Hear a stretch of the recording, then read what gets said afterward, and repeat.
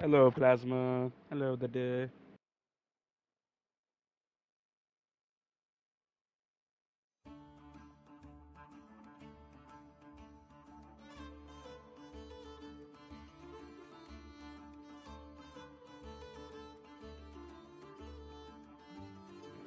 Hello, Crispy. Hello.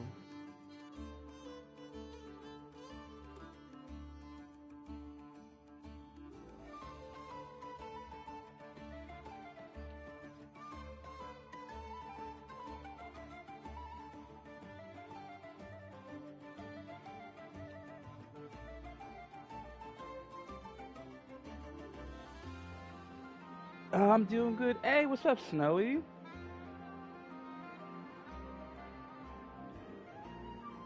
How you doing, Snowy?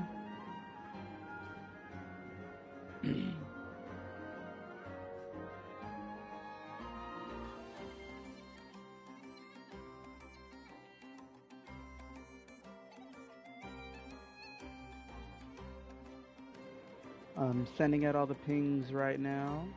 Just give me but a moment.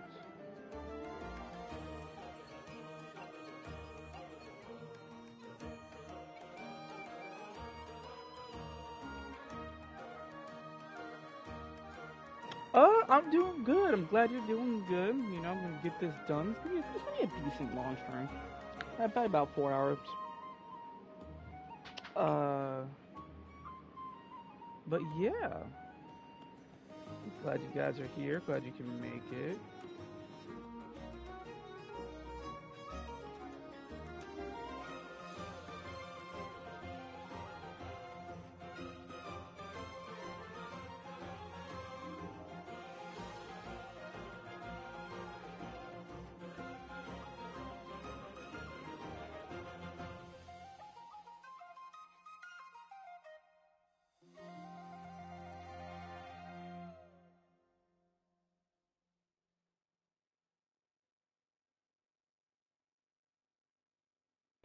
Alright, we should be good to go.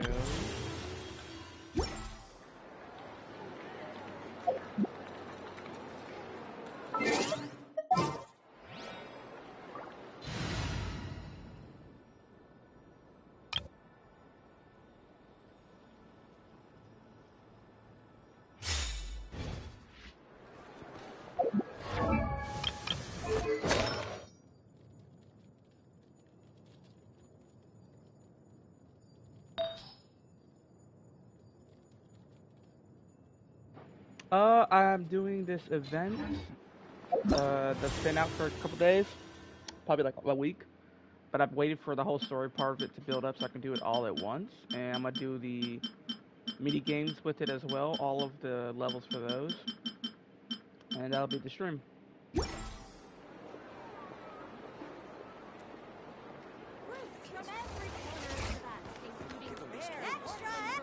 Hey, Snowy, congratulations, man. You hit the triple digits.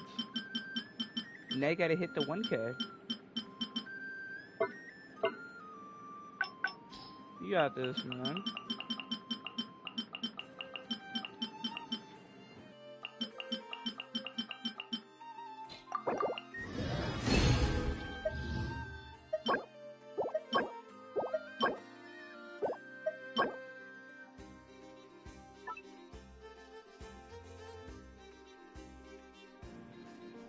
That's actually hilarious.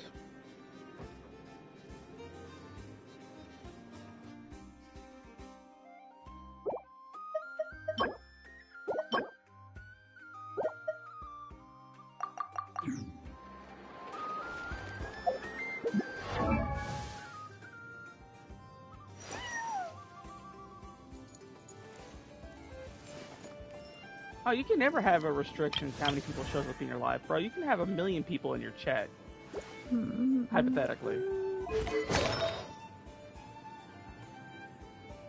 So I think you're good on that.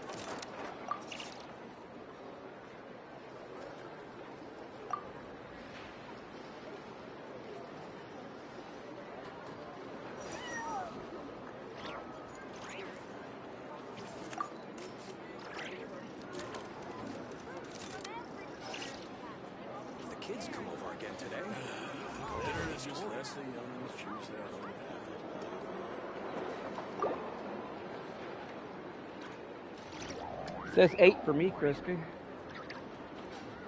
I guess I changed it because I checked it and it said it puts 1 on, but it's hilarious. Yeah, that's I don't know, that's never been a thing for me whenever I've been live. Like when I first went live, I had like 10 people in my chat. Like my first stream I ever did. Alright, let me start this event. I need to go here.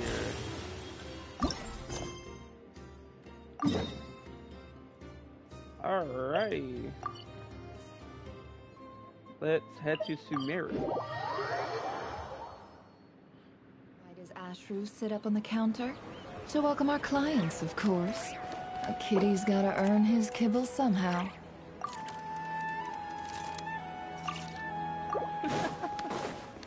Alright.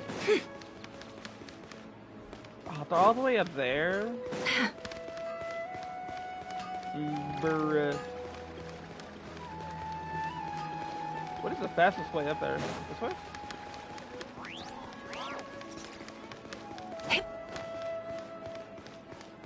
Okay, go here. Been a minute since I've been in this dang town.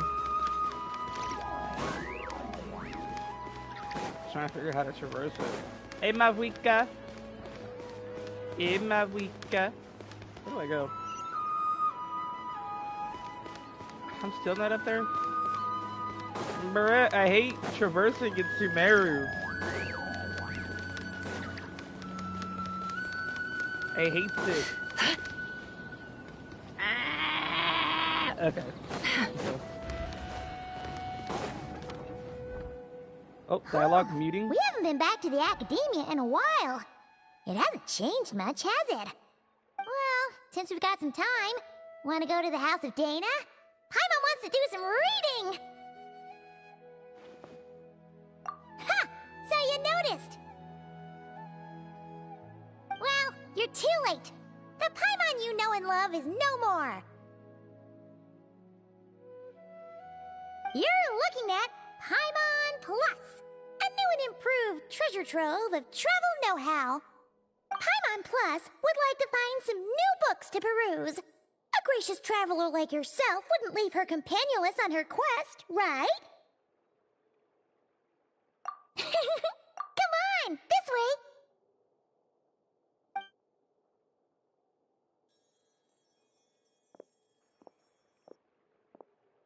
Oh hey! It's Kale and Cyrus!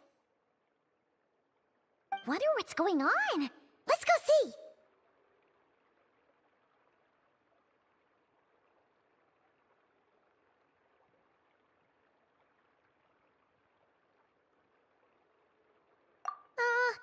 Well, you know what they say? Learning is a lifelong quest.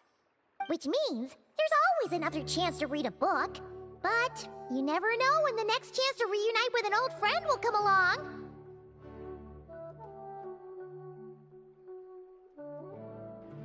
Hey, take it easy, Mavwika. Thanks for stopping by, though.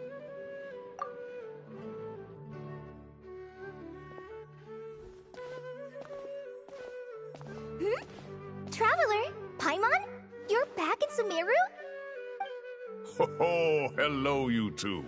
It's been a while. Looking to spend time with some old friends?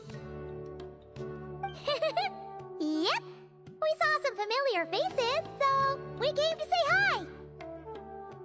Ho ho! Excuse you, associating me with that woman. And if you're going to remember me that way, you should at least mention my tomato growing skills.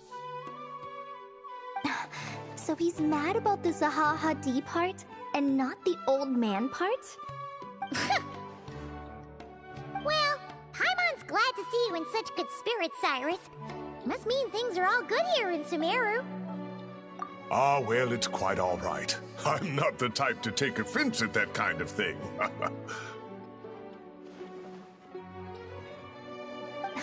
You definitely are.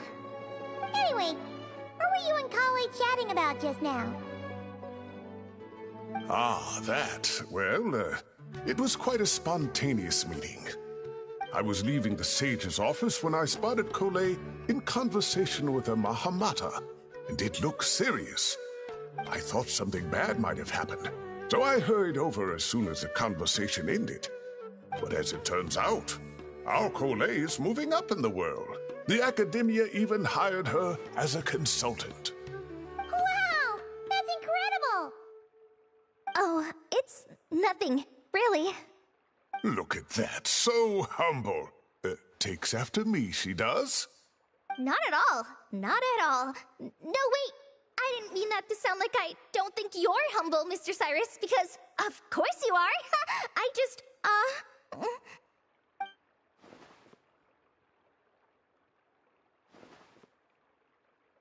Oh, well, I wouldn't even call myself a consultant. I'm just helping out. Now that the new semester has started, a lot of students and scholars are doing fieldwork for their research. But it can be dangerous for those who don't have a lot of experience in the wild. So, the academia is planning to establish an agency that provides guidance on outdoor survival and rescue for people who need it. Oh, Paimon gets it! So, you're here to explain rainforest survival as a representative of the forest rangers. Yeah, pretty much. Of course, when it comes to tips on deciphering mechanisms or defeating monsters, that's for people who are far more senior than me to handle. And speaking of which, since we're short on manpower, the person in charge at the academia said we're still accepting newcomers.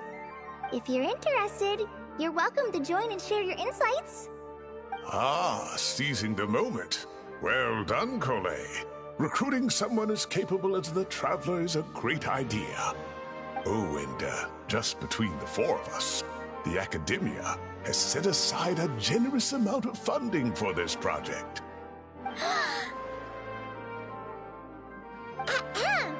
Well, since Collie's thrown her hat in the ring, we should help out too. What do you say, Traveler? Great! We're all supposed to meet up in Aru Village later, so I guess we'll regroup there. I was kinda worried, since Master Tainari isn't around to help this time, but now I feel much better! Yeah! Even if you don't trust the Academia's eye for talent, you can trust ours for sure! And mine, of course. I have as good an eye for people as I do for tomatoes. Well, there you have it! Thanks, everyone. Oh, speaking of Tainari, how are things with him and the others? Good, thanks. All the forest rangers are doing great. Oh, but Master Tainari did mention that Sino and Sethos were heading to Gandharvaville. I'm not sure if it's for work or something else. Huh, knowing them, could just be to play some cards. I'm not sure. Apparently Sethos is bringing someone else with him too. But with my academia commitment, I didn't have time to ask for more details. Huh. Well, now Paimon's curious. Should we go check things out, Traveler? That's true, and I'm sure they've missed you. Now that is how it should be between friends. Getting together to play cards or enjoy a meal. Yet here I am, stuck with Nephis, who only ever calls to talk about research. Well, I won't delay your reunion any longer. Until next time. Goodbye, Mr. Cyrus. Take care. Alright, I should probably get going too. See you later, guys. Come find me in Aru Village when you're ready. Looking forward to seeing you shine, Collie.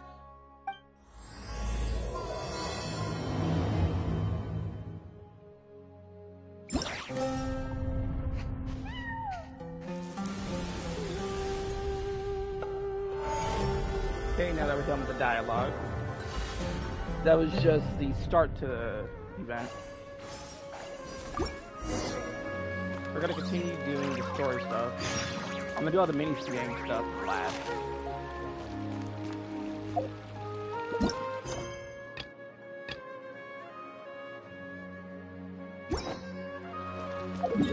Okay, we need to head to Gandharvaville.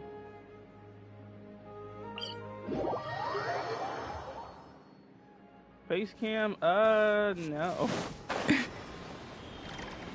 I am not dressed, my guy.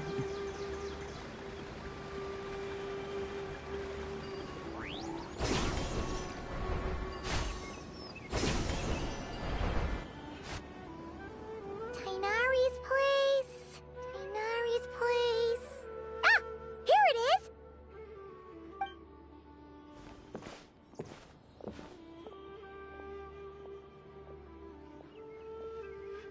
Sino! Sethos! Looks like the whole gang's here. Oh, and Layla's here too! But, oh, she doesn't look too good. Did something happen? Ah, Paimon, Traveler. It's good to see you. I'd welcome you like a proper host, but I'm a bit busy at the moment. Apologies. Ah, no need to look that worried. My observations indicate Miss Layla's condition has improved quite a bit. There's no danger to her mind. She's just fatigued and needs some rest. Excuse me for a moment while I blend some calming incense. I'll let you two explain the situation. All right.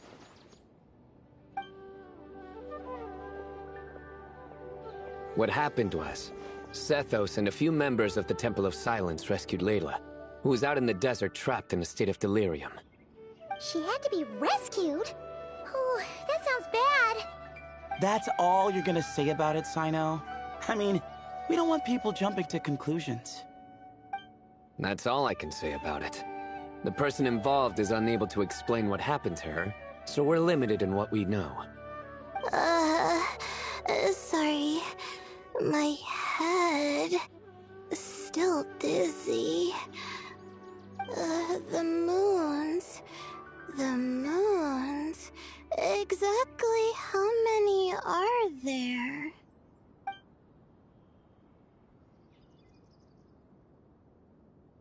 She's been repeating that phrase over and over again, but she can't seem to remember what happened to her.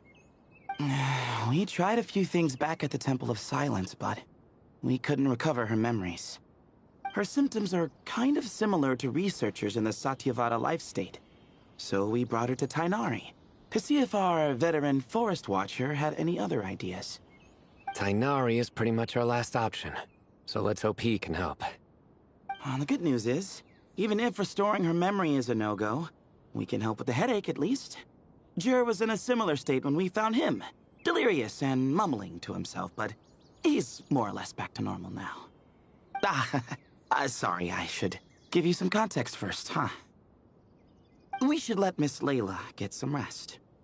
Come with me, you two, and I'll introduce you to the other victim of this incident. Good idea. I'll wait for Tainari here and keep an eye on our patient. All right then, this way.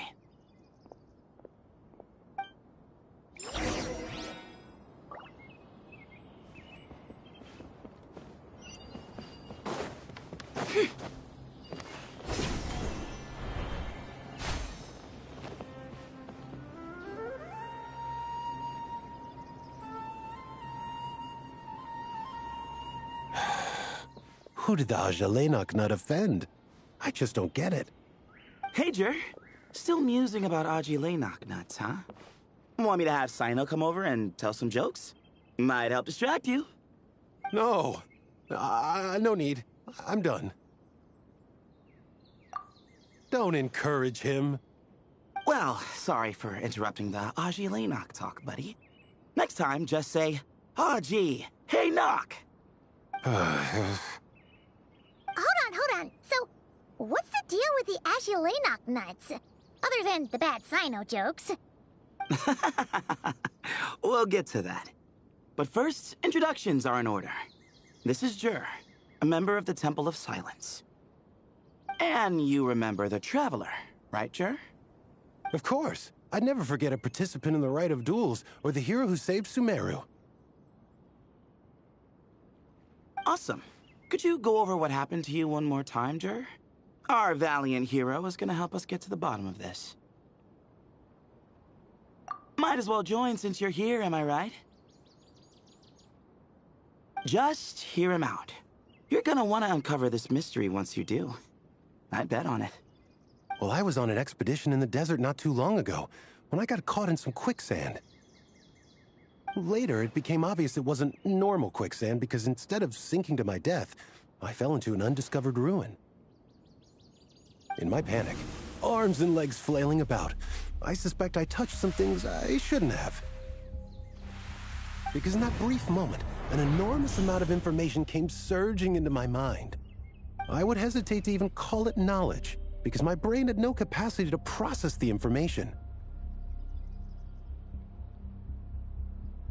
To use an analogy, it would be like trying to stuff thousands of Agelenok nuts into a small water skin without it bursting. Sorry again with the Agelenok nuts, I know. It's fine. We're getting to that part of the story anyway.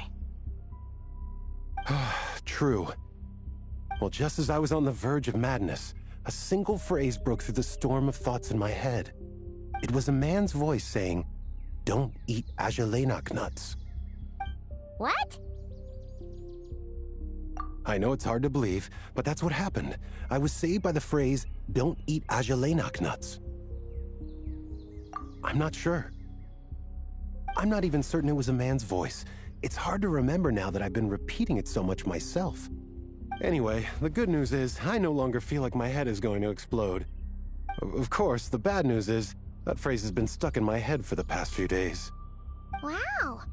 But doesn't it have the opposite effect? Like, the more you say don't eat it, the more you want to eat it? Yes, that's exactly right. Whoever the voice belongs to, I don't know what his deal is with those nuts. Well, the world's a big place. There's bound to be people who don't like sweet stuff. I suppose. Strangely enough, I'm starting to think the voice belonged not to a man, but a cat. A cat? How? That's the question, isn't it? What would a cat be doing in an abandoned ruin like that? Just as my mind was reaching its breaking point, I could have sworn I heard the sound of a cat guiding me to exit. But when I came to, all I saw was endless desert, and Sethos shaking me in a desperate attempt to wake me up. I'll admit, it was pretty terrifying seeing you like that. Staring off into space and mumbling about Agelenok nuts. You sure don't sound terrified. Sorry. It's not that I don't care. It's just kind of hard for rambling about Agelenok nuts to sound menacing. Now, what Layla was saying, on the other hand, that is much creepier. Exactly. The unknown is what breeds fear. Agelenok nuts are familiar. But the moon suspended above us at night? That's about as foreign as it gets. Well, we don't know that for sure. There could be a whole other world inside an Agelenok nut, with a moon of its own. Huh. I guess. Agelenok nuts are not to be underestimated. Right, yeah, of course. Won't catch me disparaging the mighty Agelenok nut. No, sir. Huh. So, a similar thing happened to Layla then? Yeah, I think so. I was in a hurry to rescue Jur, so I put a marker on the incident site so we could go back and investigate. When his condition stabilized, we doubled back around to check and... Exactly. Multiple victims with the same symptoms at the same location. It wasn't hard to conclude that something is seriously wrong with that place. So, after we got Layla out of there, I had the Temple of Silence put up a warning sign at the scene and send patrols to watch the area. Speaking of, Sino, Tainari, and I are going to head back there and investigate once Layla is stable. So, as per usual, you're here just in time. That's for sure. But there's another reason I want Sino and Tainari involved in this. Because the story doesn't end there. Right, Jer? Oh, yes. Where was I? The Agelenok nuts butted in and I... Right. Yes. The cat. As I followed the cat noises, the voice said something else. So, There are those from Tula who still endure. I thought that was strange, of course, because, well, was the voice referring to me? Records of my ancestry are rather sparse, so I'm not sure if my bloodline even traces back to that place. That's right. The Temple of Silence's place of origin. And the home of Tighnari's people. Plus, Hermanubis, who Sino and I both share a connection to, was one of the city's founders. As the temple's current leader, if something strange happens in the desert, it's my job to get to the bottom of it. But it turns out, a lot of people have a horse in this race, and I'm not leaving any of them out. See? Knew you'd join. But yeah, that's all we know about Jur's situation. Tighnari should be done on his end. Let's head back and check on Miss Layla.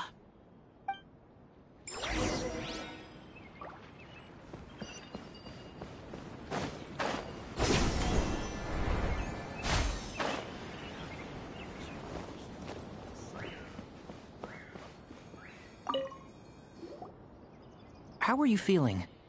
But don't speak if it's too taxing. It's fine.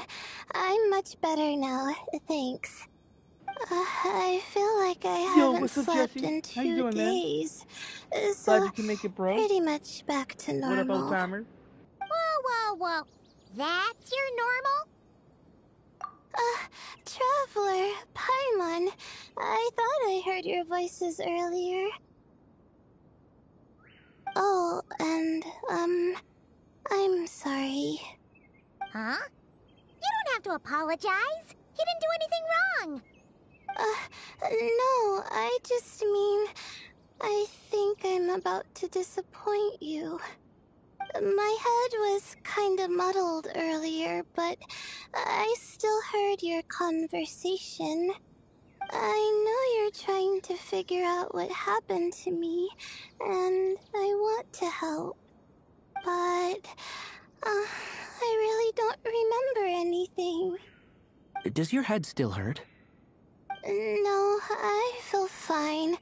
The incense you made helped a lot. I'm still hearing those words in my head, but other than that, I'm okay.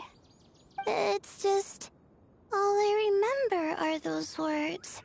Everything else is a total blank. One moment I was heading to the stargazing point I'd calculated, and the next, I was on my back in the sand. The same phrase playing over and over again in my mind. How many moons are there in the sky? Sethos, did your friend Jur suffer from memory loss too? Not really. His memories are blurry, but there aren't huge gaps like this. He remembers touching something.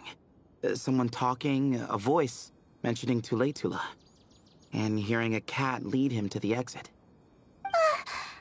A cat. Did you hear it too? Huh? Now that you mention it, I think so. It was so soft. I thought I was imagining things. Which means, at the very least, what the two of you experienced while escaping the ruin is consistent. A single sentence repeating in your heads, and the faint sound of a cat. Still not a lot to go off of. Agreed. Oh, is your head hurting again, Layla? No, I was just thinking. Maybe my memories are blank because I was sleepwalking at the time. Sometimes, my friends and classmates tell me about things I don't remember doing, or places I don't remember going. I don't talk about it a lot because, well, I don't even know how it happened. But I don't want my personal circumstances clouding your judgment. So, I, just wanted to mention that. Ah, I see. Well, thank you for telling us. But I don't think we need to dwell on that for now. We're gonna check out the site of the incident for ourselves, so that should help us come to our own conclusions. Okay. Then, could I come too? Oh, I have to know what happened to me back there. Sure, but on one condition. You need to be in tip-top shape before we head out. If your condition isn't stable enough before then, I'll have to figure out something else. Of course. No problem. Well, I'm more concerned about Tainari. You sure you'll be alright in the desert? You say that like I'll evaporate on first contact with sand or something. Call it curiosity. If this concerns my ancestors, I want to figure out what's going on. Anyway, as long as I take things slow when the sun's out, I should be fine with the right preparation. Besides, it's a good idea to have a doctor on hand in case of emergencies. So long as our doctor doesn't become the emergency.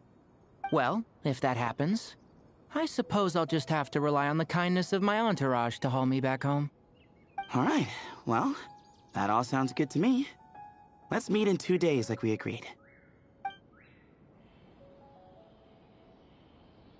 Jer and I are gonna head back to the Temple of Silence and do some research in the meantime. See you in a couple days. Sounds good.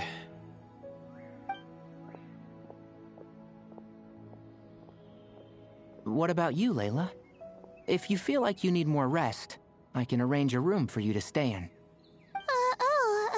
No need. I've asked enough of you as it is. Besides, I feel a lot better. I should make it back to my dorm, no problem. You sure? Don't push it too hard, or you might end up sleepwalking along the way. Don't worry, I'll be fine. I have other things I need to do anyway. Like letting my advisor and classmates know that I'm fine, adjusting my stargazing schedule, things like that. If I don't get it all done, I doubt I'll be able to sit still, let alone stay here and get some rest. I'm not so sure that's... a much better idea. Thank you, Traveler. Of course, if anything starts to feel off, come back for a checkup right away. You'd better listen to him, Layla, or he'll feed you tasteless slop as a punishment. Punishment? You're the one who caught a cold. You're supposed to eat light when that happens. Besides, with your nose stuffed up like that, you couldn't taste anything to begin with. Huh. Is that so? And here I thought it was an in-taste-to-know issue. Should have seen that coming. You're off the clock, so now it's time for puns, huh? Oh, brother, not this again. Don't worry, Paimon. I understand. If you want me to stop, then... Then? You'll have to call a plumber. Tell them someone's gotta pipe down. This is getting more insufferable by the second! Put a sock in it already, please!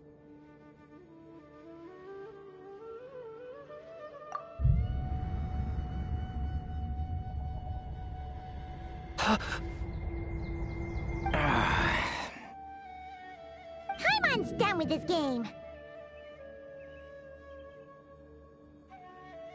You win, okay? Let's just get out of here. Please. All right, you stay safe. I'll try to stay sane.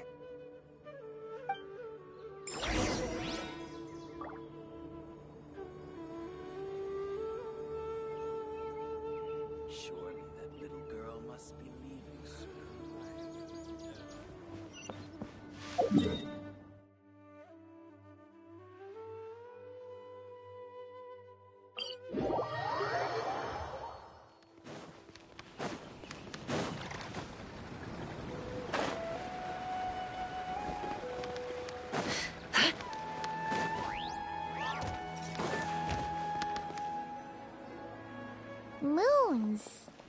Ashalenak nuts. Moons, Ashalenak nuts. Are the moons going nuts? Oh no! Looks like Paimon's caught the brain bug too! She can't stop thinking about those two things! Oh, Paimon's gotta clear her head. But how? Aha! Got it! The cafe over there! Why don't we head over for a quick pick-me-up?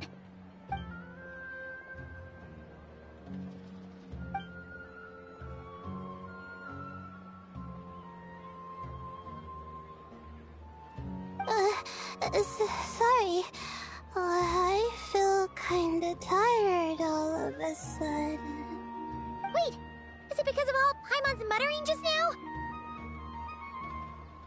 Oh, sorry. The coffee will be Paimon's treat, okay? Hey! You make it sound like Paimon's stingy or something! Well, she'll just have to show you her true colors. Yeah! Starting now! You sit tight and take care of Layla, Traveler. Paimon's gonna get us some snacks and coffee. Be right back. Don't go anywhere in the meantime.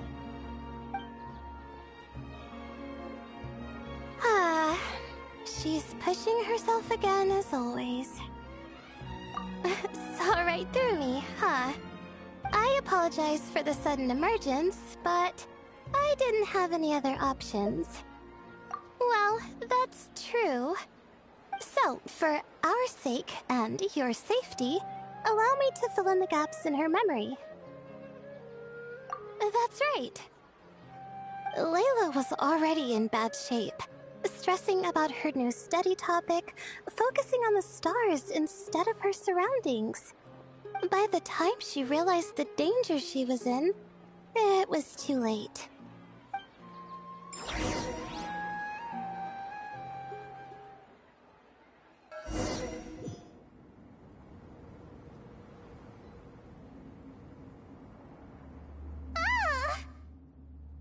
Quicksand near the ideal viewing spot? Wasn't expecting that.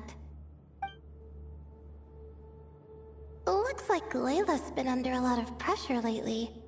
She hasn't been paying attention to her surroundings. But why would quicksand lead to a place like this? Well, all in all, looks like a common desert ruin. Guess there's nothing to do but try to find a way out. Oh, Layla, what have you gotten yourself into this time?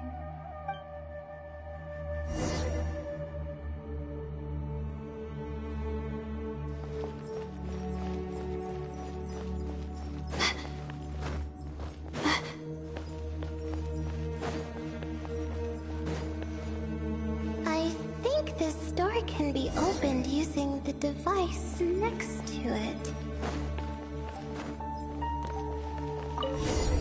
Just like I thought. Ugh, what was that? My head. It hurts. Is Layla waking up? No, that's not it.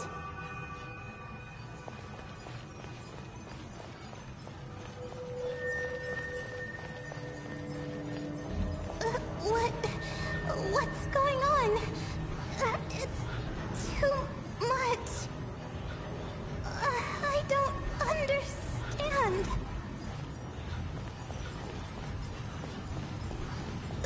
The ground is... Where am I? It's spinning.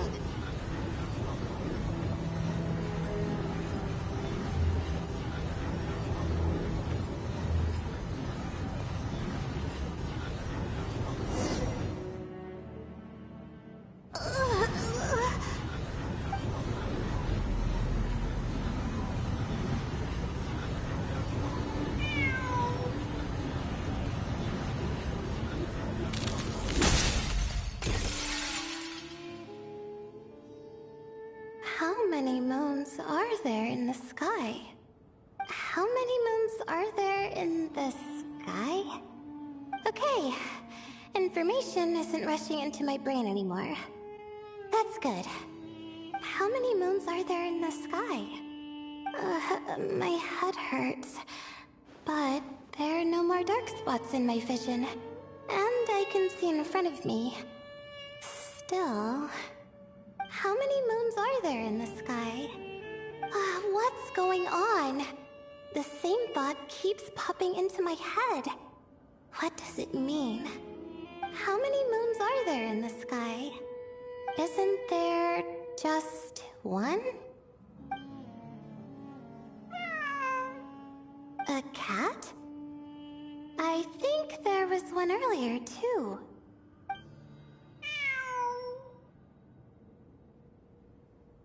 I'm not hearing things. It really is a cat. But what is it doing here? How many moons are there? No! Stop it!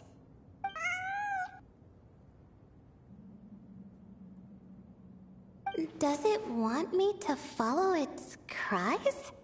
Well, it's not like I've got other options. Come on, Layla. You can do this.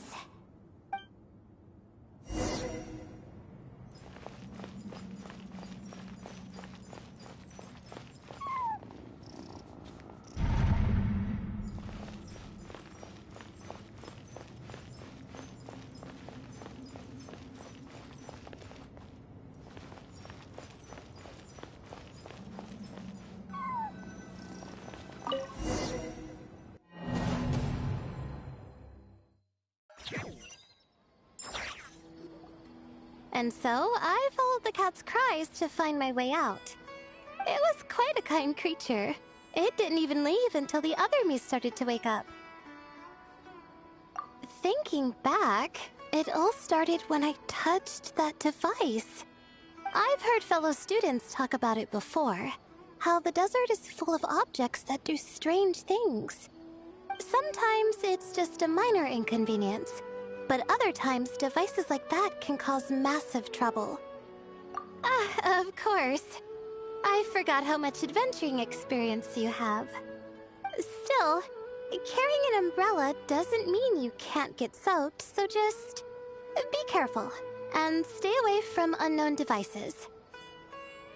No need to thank me. You and Layla are about to head into dangerous territory together. You need to be safe so she can be safe. Well, I think that about sums it up. And just in time. Your coffee's here. Traveler? A little help over here?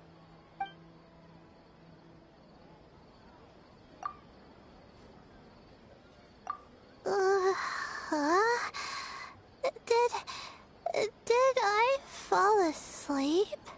Wow! Paimon didn't even know she had such an impressive skill.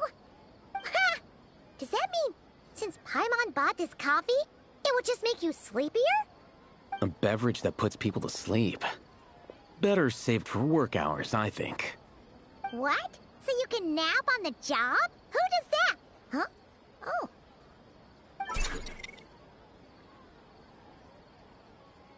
Beep boop. Oops. Oh, hey them! Kave! Nice to see you! Oh, and you too, Marak!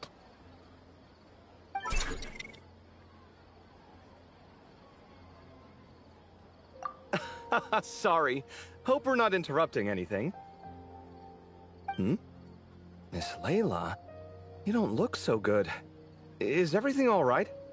Oh, I'm fine. I was sleeping just now, so I'm still a bit... Ah, I see. And we woke you, didn't we? I'm sorry. We shouldn't have been so loud. No, you didn't. I didn't mean it like that. Sorry.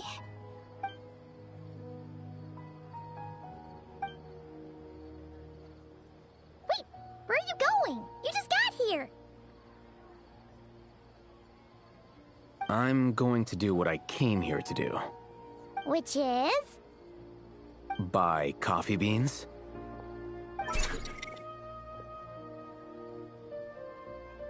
Huh?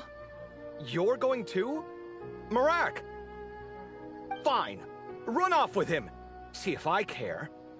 Well, looks like I get you to myself.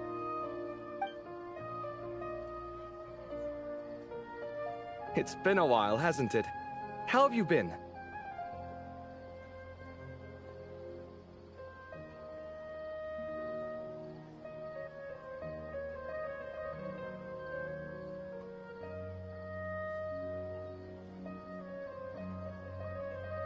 So, a busy life of adventuring for you, and a busy life of academics for Miss Layla, is that right? Oh, is something wrong?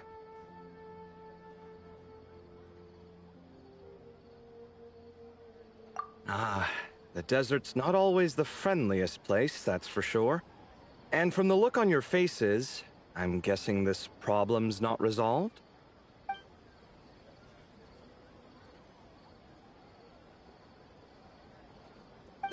Don't force yourself to talk about it, of course. But I've worked on several projects in the desert before, so if there's anything I can do to help, just say the word. No, I don't have anything to hide. It's just complicated, so explaining might take time. Ah, well, lucky for us, I've got that in spades. Yes, you have been quite sedentary recently. Excuse me? I've been going about work as normal, thank you. And, might I add, you do way less work than me. I do the amount of work that is required of me. Ah, yes. You and your stellar work ethic. The stuff of legends. Oh, now look what you've done. I've lost my train of thought. Where were we? The problem in the desert. Wait, you were listening earlier? Oh, we're giving the silent treatment now? Mature, very mature. Continue, Miss Layla. I'm curious as to how this incident unfolded. What did I tell you? This one doesn't have enough to do. Alright. Well...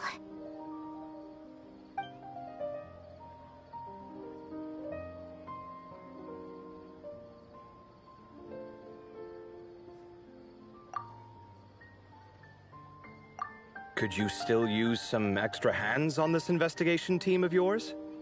Huh? You want to join, Mr. Covey? That's right. I think my experience studying desert mausoleums could be of some use here. Al-Haytham's expertise in ancient languages could be helpful too. Besides, I consider you all to be my friends, and friends are supposed to help each other out. Wait, I'm involved in this now? Oh, please, I know you. Half the battle was over the minute you said you were curious. We couldn't stop you from joining if we tried. Well, you've got me there. Besides...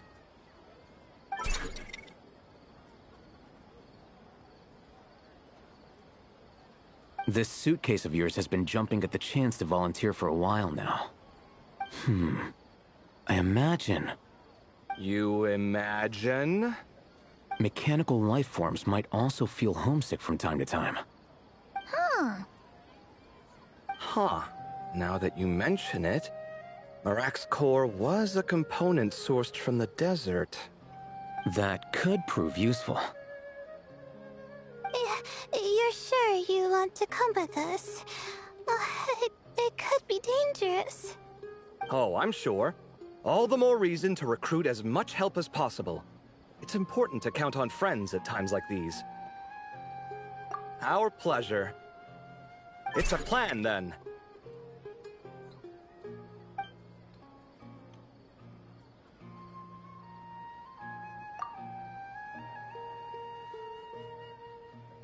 All right, we'll head back to our place to get ready. This one hasn't been on a trip in a while. Chances are, he doesn't even remember how to pack a suitcase. I'm not worried. It'll get done. Somehow. Would it kill you to help every once in a while?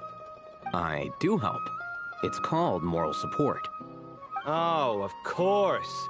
And I am ever so grateful. Goodbye, you three. We'll see you soon!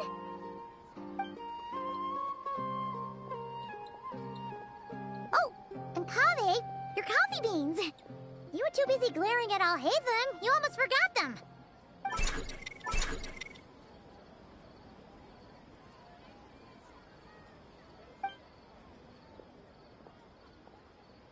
Well, we're pretty close to the academia now. I should be fine from here. Thanks for the coffee, Paimon. I feel much better now. Right. I'll follow the doctor's orders. Or try to, at least. With the blessing of the stars, I hope we all get a good night's sleep.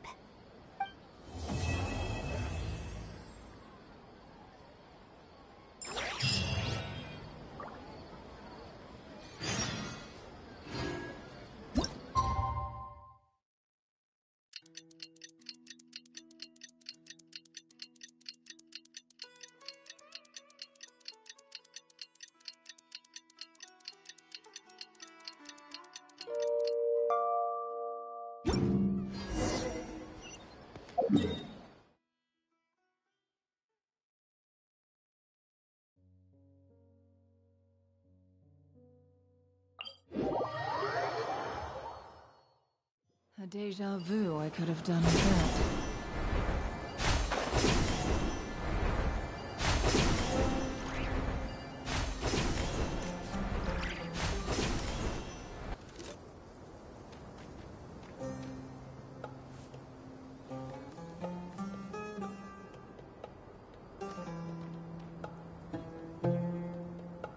Looking at the map, we should be getting close.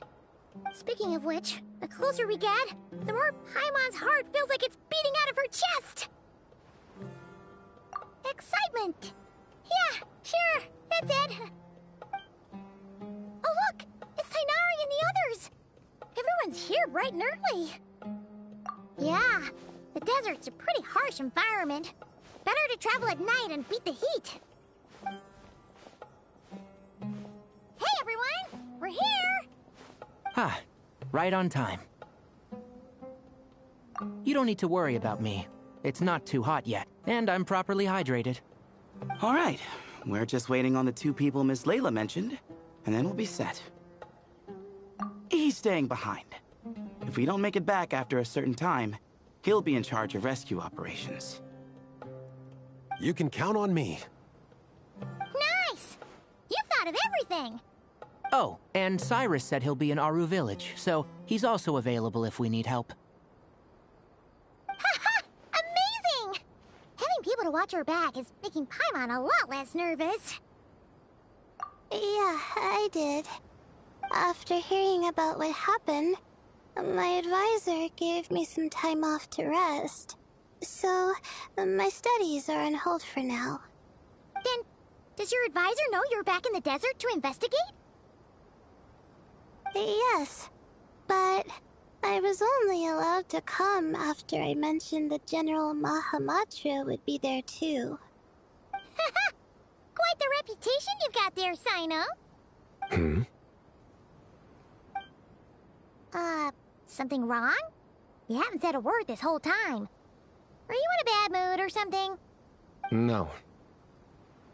Being skilled with words also means being a good listener. I'm just reflecting on what you're saying. Oh, Hatham! Kaveh! Over here!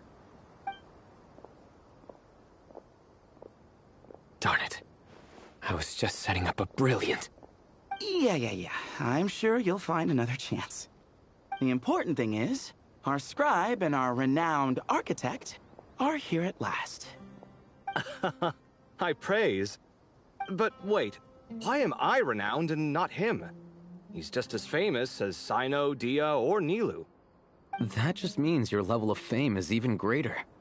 How could a lowly scribe hold a candle to you? Lowly scribe? Please. All those strings you pulled to get those new books from the House of Dana? What do you call that? Borrowing. Anyone with an employee ID can do it. Uh-huh, yeah. The House of Dana bends over backwards for just anyone, does it? Send a report to Lesser Lord Kusanali, then. Let her know someone at the Academia is abusing their position. Hey! I never said abusing! Impressive verbal sparring, as always.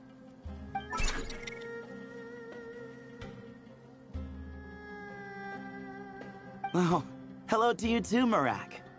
Well, looks like your assistant is raring to go, Kaveh.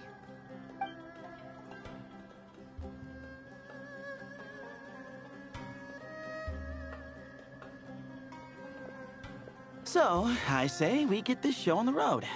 No sense delaying the inevitable. No need. We're in this together, remember? Sure. This is the entrance, yeah? Yes. Perfect. Then, if we're all set, let's get moving.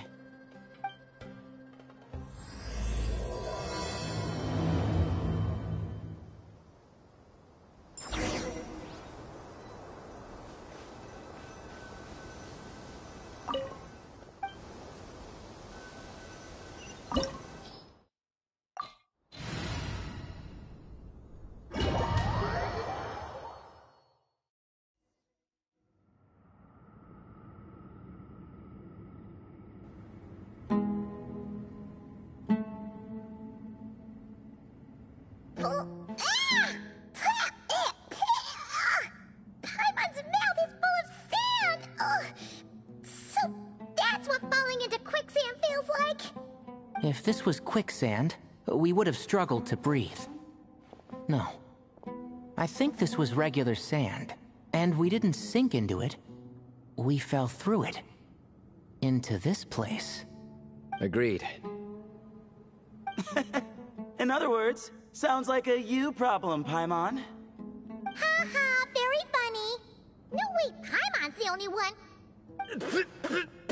Ha! See? What? I'm the only one with sand in my shoes? Yeah, right.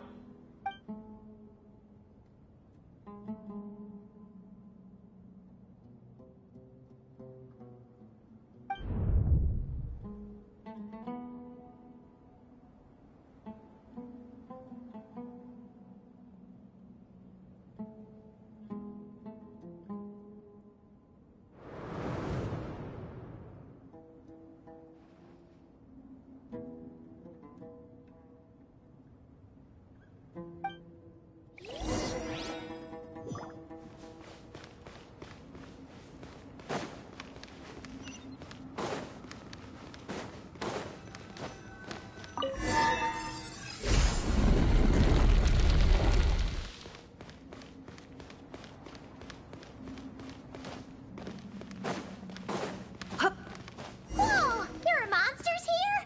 Jur didn't say anything about that. Probably means he didn't run into any. Because we're just unlucky. Not the best sign of what's to come. We'll be fine. Let's just use up all our bad luck, and we'll be golden. Can't hide the truth.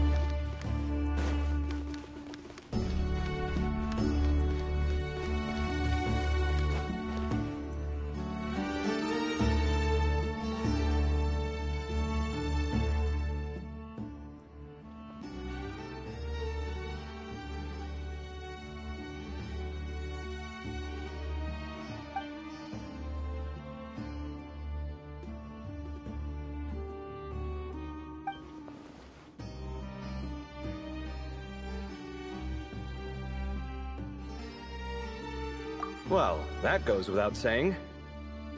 Fair point. There's just one problem, though. The only way forward is through that door. Ooh! Is it time to hunt for a key? Paimon loves this part. Don't worry. With our adventuring experience, we'll find it no problem. Let's get searching.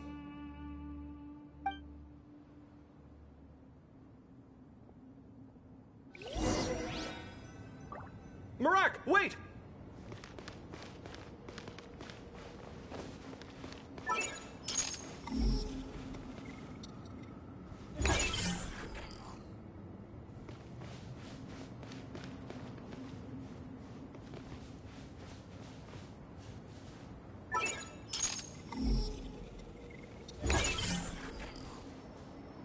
Morak seems interested in these jars. Go smash them. Ah, well, we would hate for... Marak, this isn't really your old home, is it?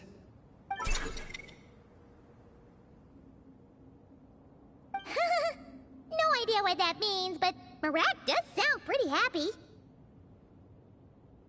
So, mechanical life forms do have the capacity to miss home. A novel discovery.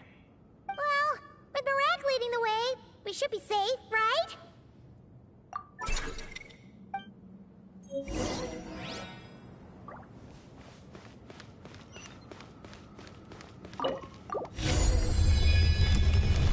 Good thing you decided to join, Kaveh. Otherwise, our investigation would have ended at that door. It was nothing that I did. You should thank Marak instead.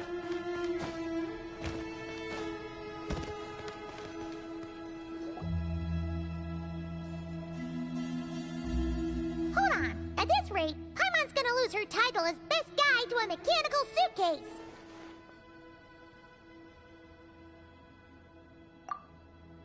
Aw, thanks. Hey, wait. What do you mean, useless? Well, no weird mental symptoms so far. Hello, Rue. How I'll you take that doing? as a win. That Welcome to the said, stream. Whatever you just find you, man. There are 3 doors here. So, we split up. Divide and conquer. Otherwise, this whole thing is in ruins. No pun intended on that last part. I swear. Yeah, that might be our best option. good idea. And the minute things go south, we go back the way we came. Ooh, this is getting exciting! So, who's teaming up with who? Paimon calls dibs on the Traveler!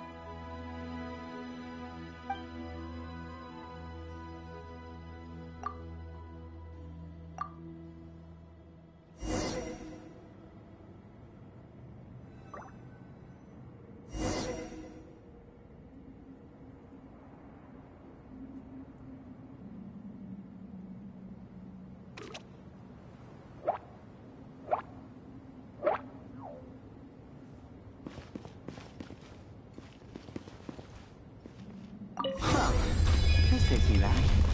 The last time we were in the desert together, the two of you came all the way out here to gang up on me. Oh? Sounds like someone's holding a grudge. Just what I like to hear. If you're still hung up on that last one, just name the time and place. And we'll have ourselves another thrilling... duel. Huh. What's with the awkward pause? Were you expecting me to stop you from saying something stupid? You two can have 1,000 duels for all I care, after we're done here. For now, focus on the task at hand. This chamber is huge. I can't even imagine what it's used for. Oh. What's wrong? I seem to have stepped on some kind of... stone slab. Huh. There's a pattern on this, but it's hard to make out with all the dust. Huh? Look! The shape seems to match the markings on the ground over there. Let's slot it in and see.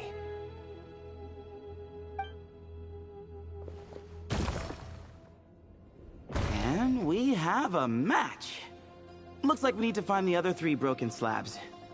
Let's search the area, but be careful where you step.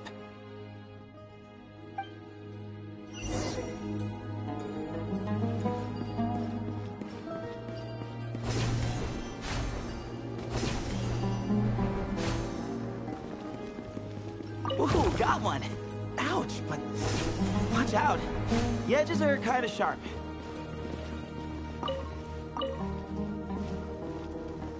Yeah.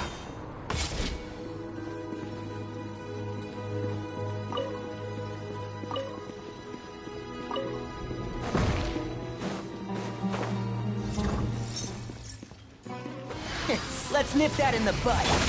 Sage's wisdom. Wait And Shroud. Yeah.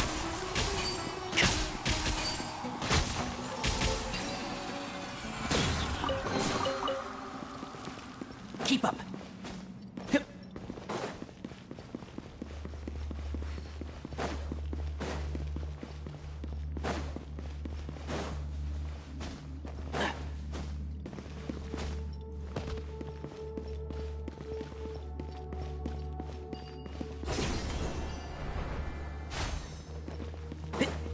Got the 3rd piece.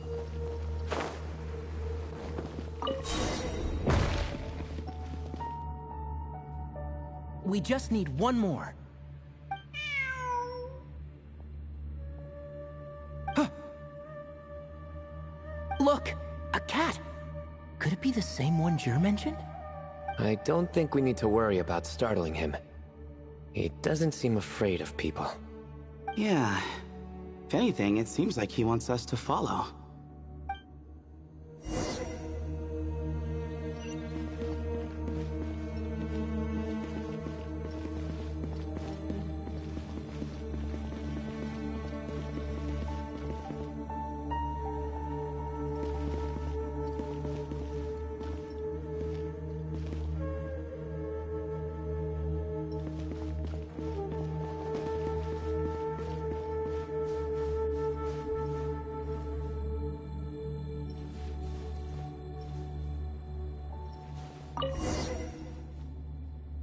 Oh, he led us to the last piece. Who's a good kitty? I never thought I'd hear you say something like that. You've clearly never heard how the professor talks to his tomatoes, then.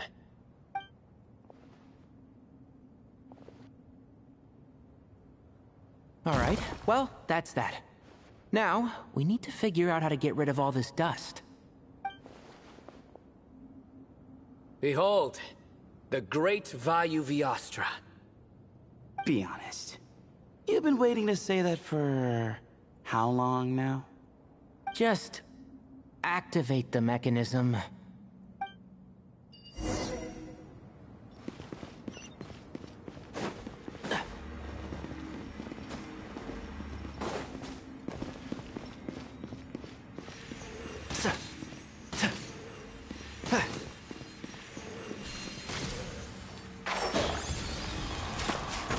Keep up.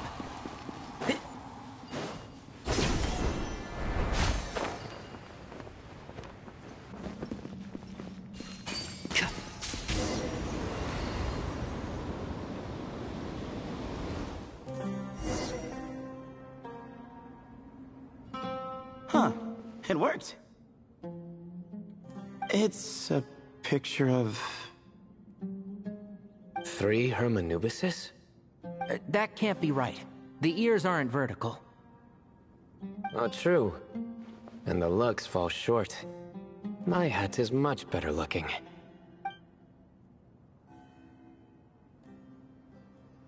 A goat, an ibis, and a crocodile. Oh, wow. Our botanist knows more than just plants. Riveting observation. I was just thinking. These 3 figures look a lot like the 7 pillars of King Deshret. That's right. These are our colleagues. Our what now? You sure about that? Just kidding.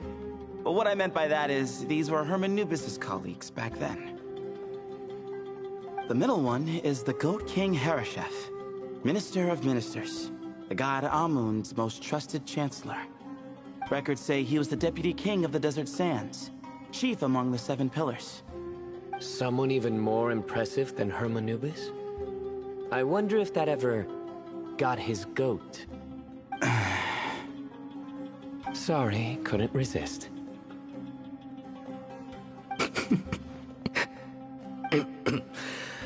Okay, that was a good one. Wait, really? I've got so much more where that came from. Where were we?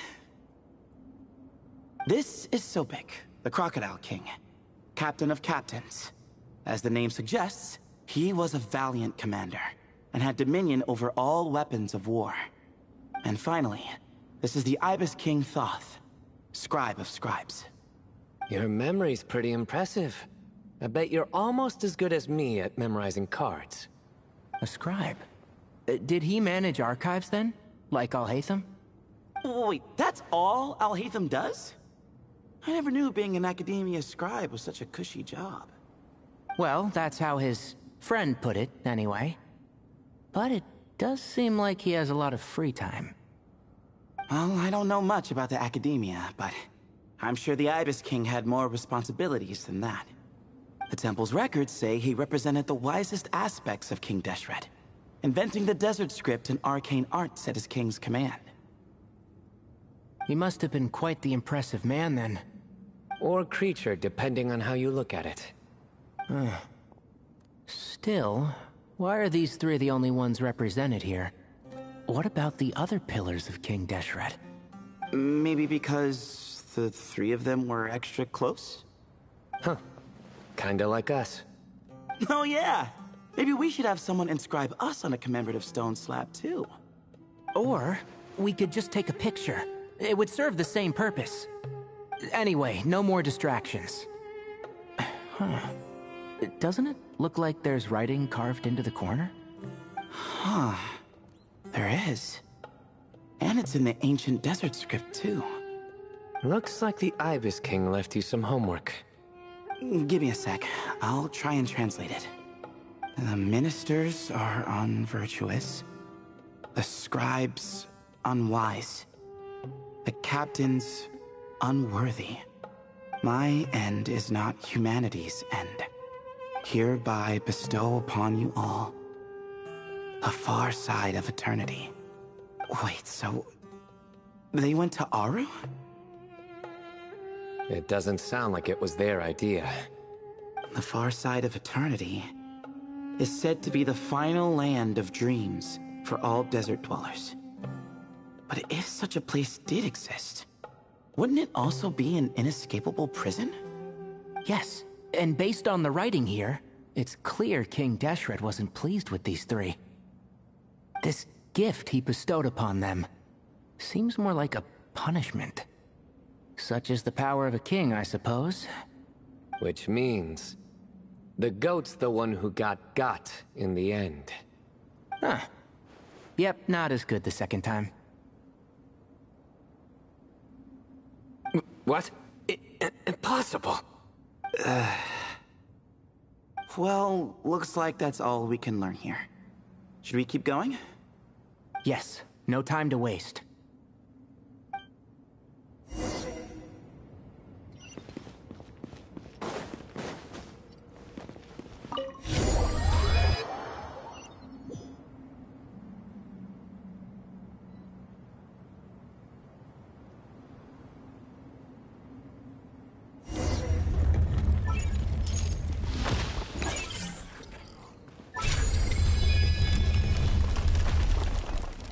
Jeez, who knew a suitcase could be so fast?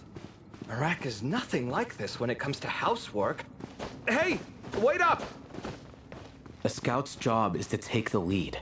Just let Marak figure it out. Easy for you to say.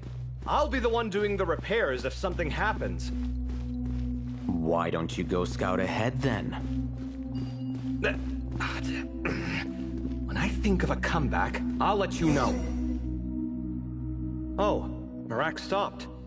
What is it? Found something?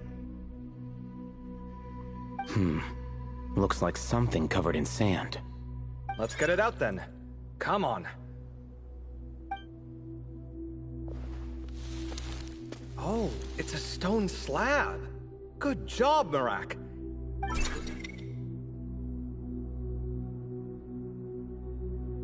Let's take a look. Huh. Looks like this part of the picture goes over there?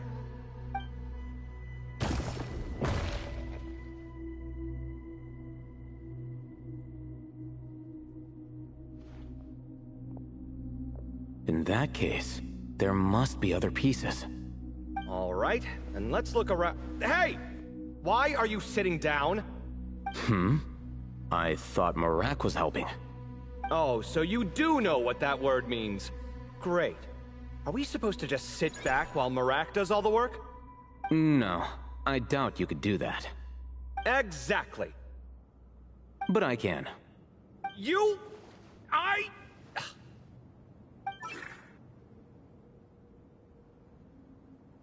See? It's all coming back to me. How insufferable it is to work with this no-good, do-nothing... We could be more efficient, I agree. I'll work on this piece. You take care of the rest.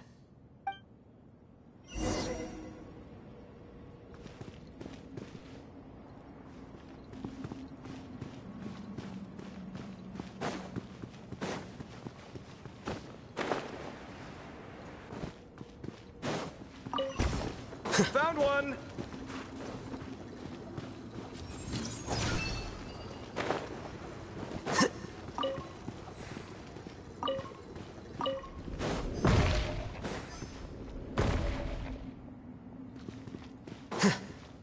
Good teamwork.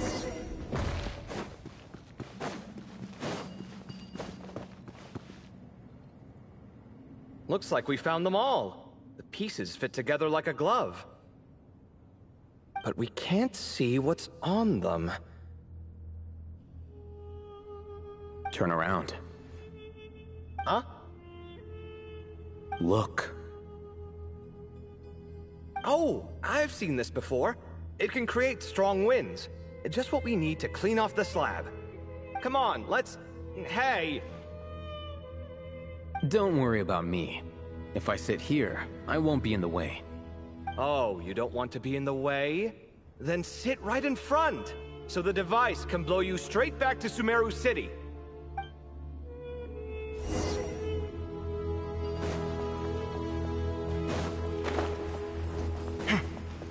Sight clear.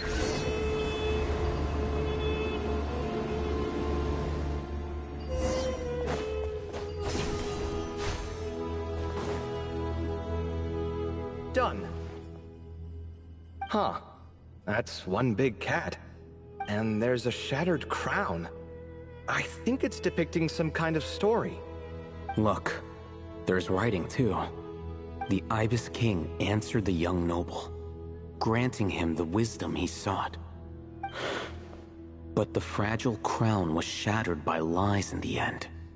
Here I leave the name, Gudars. Gudars?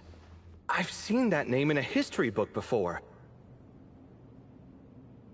He was a young noble who sought to save his realm, and a king who once united the desert. That's right. Although his methods were rather shameful. During his long reign, he betrayed his family and the nobles who supported him, only realizing the error of his ways after his enemies left him nowhere to turn. But by then, it was too late. Seems like a common occurrence across history. Different people, same mistakes. It's an inevitable pattern, destined to repeat itself.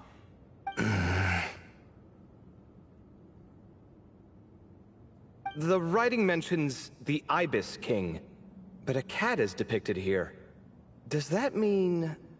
So far, what's depicted on the slab seems true to history. In which case, This cat is either a proxy for the Ibis King, or a manifestation of said king himself. Exaggeration is a common method ancient records use to highlight a being of higher status. And as we know, Layla and Jur both heard the sound of a cat while escaping the ruin. You're saying the Ibis King, one of the legendary 7 pillars of King Deshret, is here, still helping those in need? I'm saying we can't rule it out.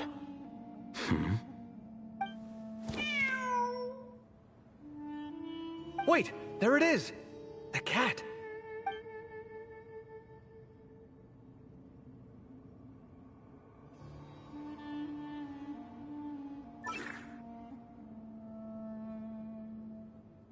Ah! Marak went after him! The cat's showing us the way forward. Come, let's follow. Okay.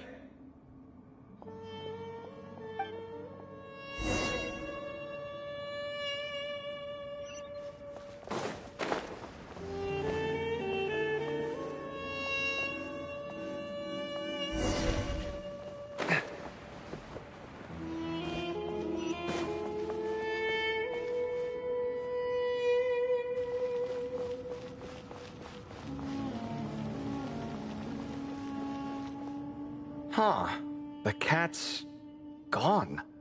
Yes, but look where he led us. Oh. Another slab. It looks similar to the last one.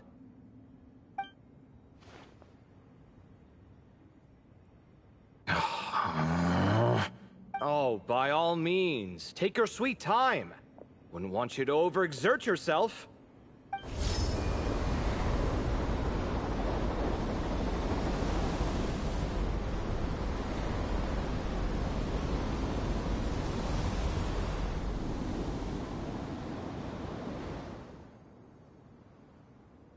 Huh.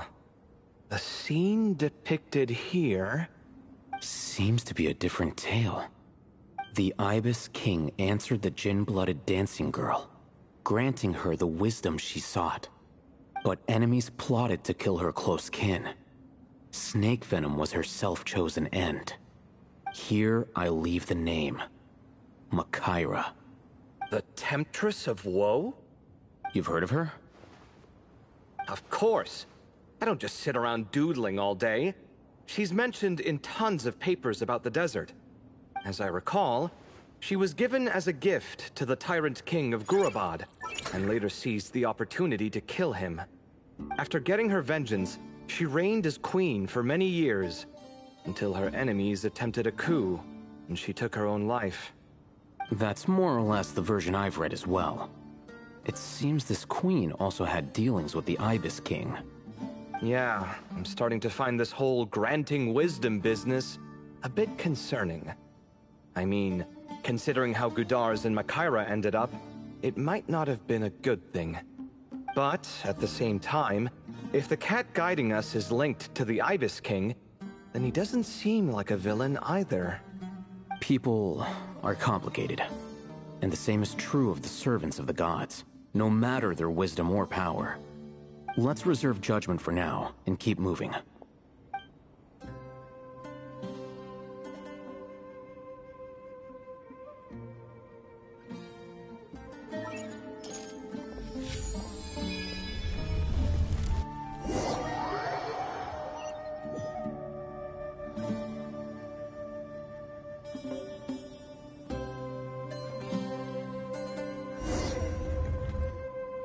Oh, Paimon meant to ask earlier. Have your memories come back, Layla? No, sorry. To be honest, nothing about this experience feels familiar. Besides, my focus is the stars, so I don't spend a lot of time exploring ancient ruins. Guess that makes us the senior researchers in this scenario.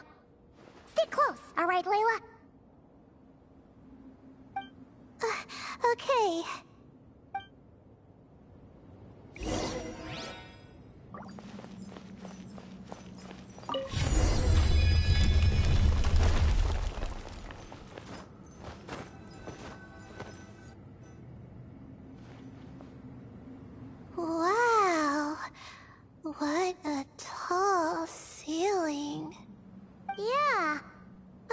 For such a big place, it's so empty. Like no one ever lived here. Sure must have been boring to live in ancient times, staring at ceilings all day. Now that you mention it, I've heard some people used to draw star maps on their vaulted ceilings. Some might even make them transparent to better observe the movement of the stars. It sounds so nice. Stargazing from the comfort of your own home. Wait a second. I think I see something up there. Huh? How is Paimon supposed to do that? Oh, right. Flying. Duh. Alright. Sit tight, everyone. Adventurer Paimon will be right back.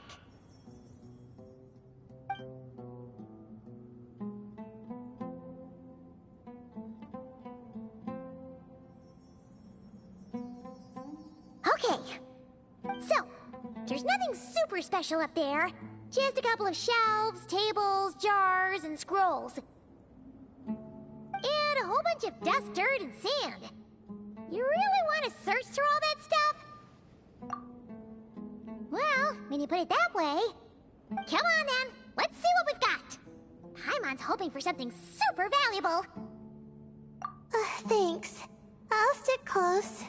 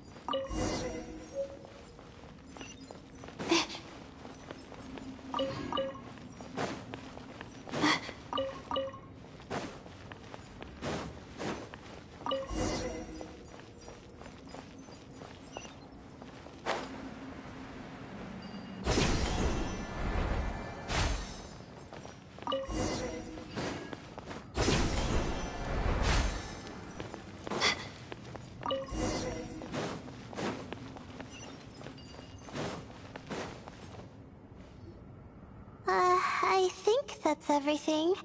Most of the documents are in the ancient desert script, except these ones. These seem old as well, but the handwriting makes them stand out. Right! Let's arrange them in chronological order before we read through.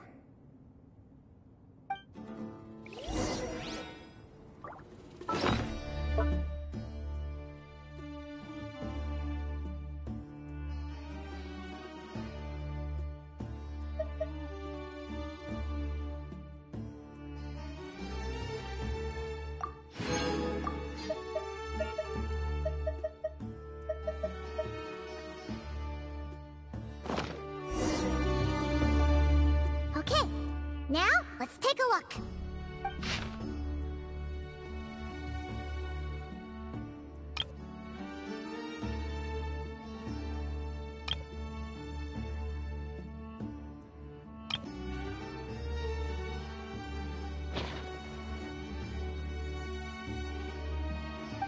Maybe this person fell in by accident, like Mr. Jur and me. Yeah, maybe. But they don't sound super worried about their situation. So, either this person's an ace adventurer, like the Traveler, or some kind of super optimist. An optimist, huh? Oh, I wish I could be that sort of person. That's right! You're detailed and passionate. Great qualities for an adventuring buddy. This Optimus seems super obsessed with exploring every corner of this place. That could have gotten them in big trouble for all we know. Well, I appreciate the compliment. It's almost magical how words like that can make you feel like you can do anything. I only wish that magic could last a little longer. Until I figure out my new study topic, at least. Oh, looks like you were spot on, Paimon. See? Told ya! That's what happens when you don't think things through. And all this talk about seniors and juniors, he was a student just like you, Layla. Whew, he sure talks a big talk for a student, though. You'd think he was some kind of old scholar instead. Huh. What is it? Did Paimon say something wrong? No, not at all. I was just thinking, and this might sound rude, but the way this person speaks is just so... you noticed too. I mean, it's good that he helped treat his companion's wound, but it didn't seem like it was out of kindness. More like he was looking out for his own self-interest, or thought he could get something out of it. I don't know. Maybe I'm reading too much into it. Yeah. If you're both in this dangerous situation together, wouldn't you mention them at least once? If it were Paimon, she would write down the name of every single person she was with. No one would be able to get away. Actually, I find Paimon's approach quite sensible. It makes sense from a safety perspective, too. That way, if anyone came to the rescue, the notes would be able to tell them everything they needed to know. Whoa! That's genius-level thinking! Well, I learned that from Madame Farazan, actually. I'm not speaking from personal experience or anything. Oh, no! I'm just a student. It's fine! You taught us something, so you're our teacher. Simple as that. Anyway, from the looks of things, the student who left these notes behind was pretty weird. Let's keep reading.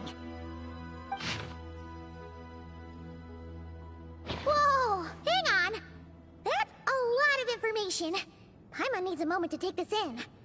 The Ibis King. So... did this person actually meet the Ibis King here? Sorry. Who? Jeez, not again! Stop teasing her, Traveler! You know she was asking about Nefer. Anyway, Nefer's, a friend of ours. And she's mentioned the Ibis King before, but not in much detail.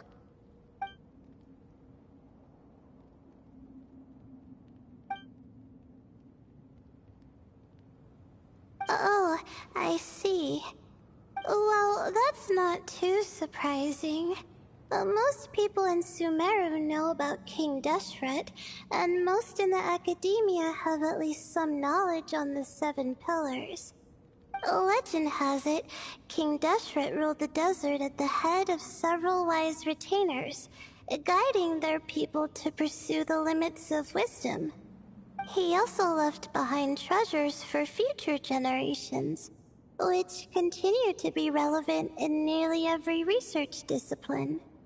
And now, this message indicates this student and his senior were rescued by the Ibis King. But to think it's possible to meet him in a place like this... We don't know when these notes were written, but didn't the 7 pillars disappear a long time ago? Yeah, the notes made it sound like his powers were restricted. Also, the mention of this form? What is that supposed to mean? I'm not sure. Let's keep reading. Oh, this is the last page. There's even a signature at the end. Well, sounds like they made it out. Guess it was a happy ending after all. Wait. But it says, the Ibis King cannot be trusted. Huh. Our friend said something similar.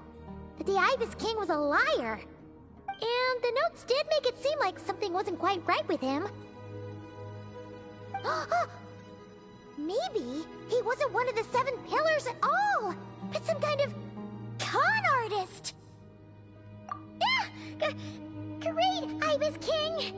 If you heard that, Paimon didn't mean it.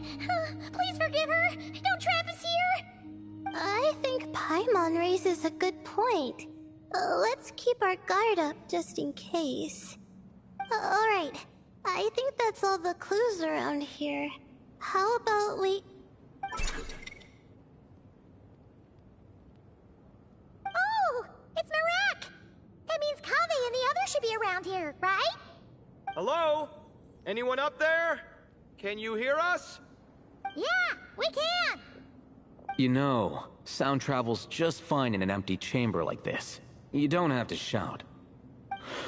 Of course, if you're shouting to express your excitement at being reunited, by all means, pretend I never said anything. Yelling like this is kinda exhausting. Come on, let's head back down.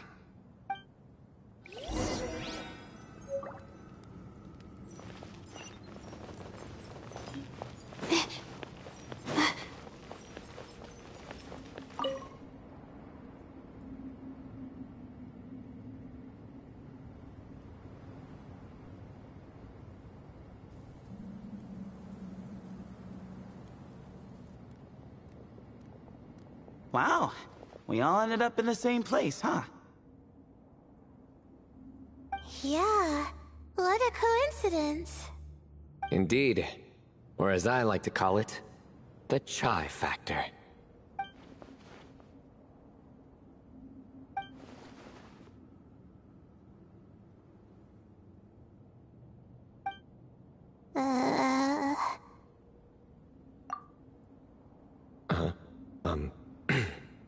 No reply? Just say it.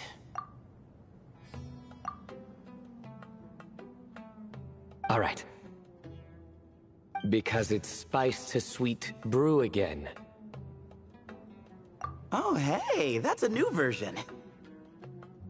Oh, wait, what? You've never heard that one?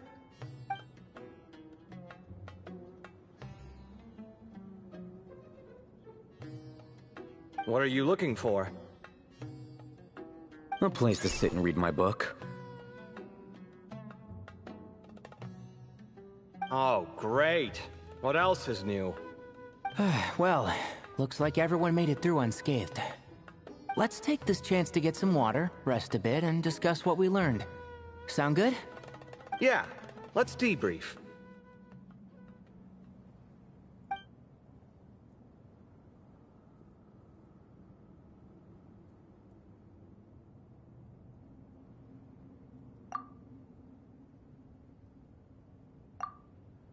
Okay, so we all learned a lot, but it feels like we ended up with even more questions. Yeah, but one thing's for sure. This place is tied to the Ibis King in some way. Hey, Sino. You're the current representative of Hermanubis. Can you call him up for a sec? Of course. Just let me sense his presence.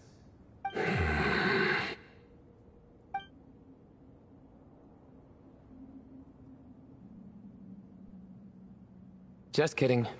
I can't sense him at all.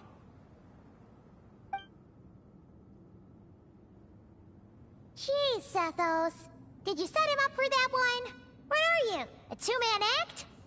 Sorry, Hermanubis isn't like the Ibis King. He can possess me, but I can't talk to him whenever I want. Oh, truly?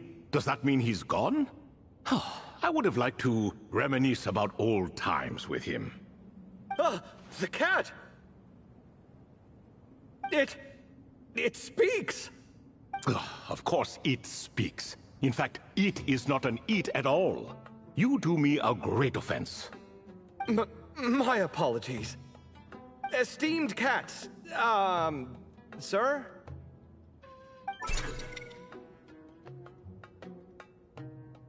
Oh, this little contraption is still here. Contraption? No, this is Marak. Which means you do his assistant a great offense. Huh? Well, I didn't mean... Well, I apologize. I wasn't referring to this Marak, but rather the thing that operates it.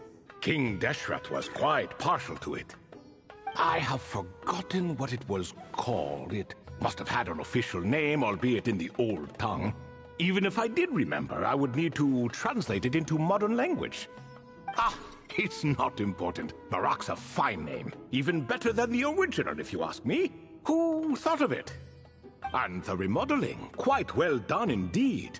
This Marak looks much happier in its current form. Oh, and the components should have model numbers written on them. You can look them up if you're curious. This cat talks a lot. Quite the one-sided conversation. Is this what the Ibis King was like? He seems quite eloquent. I wonder if he plays cards. Ha! I knew Marak was a great name. Go me. Let's see, what page was I on again? Should have brought a bookmark. That all went over Paimon's head.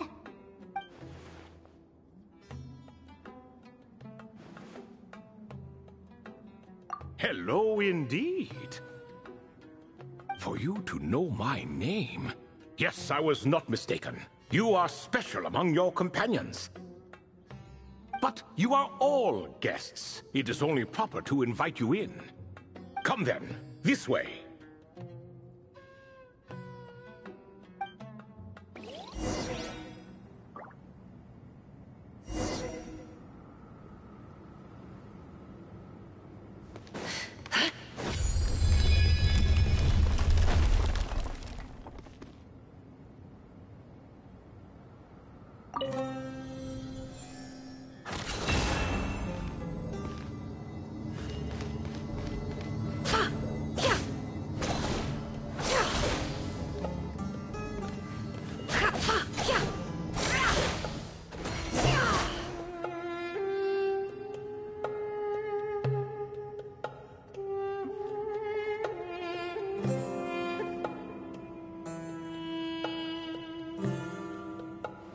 Welcome to my humble abode.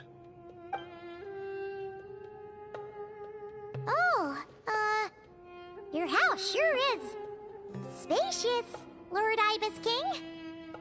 I fear it's not quite what it used to be. In fact, it has long ceased to be my home at all. It belongs to the descendants of the cats I once raised.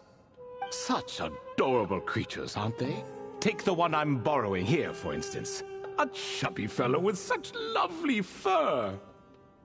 Anyway, tradition dictates that a special guest such as yourself be presented with a gift. Alas, it's a first-come, first-served basis, you see.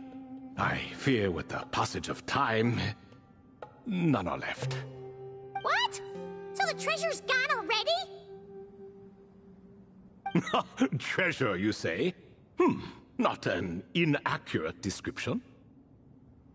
Yes, and no. I have the power to grant gifts inaccessible to the masses. The only requirement is answering a question.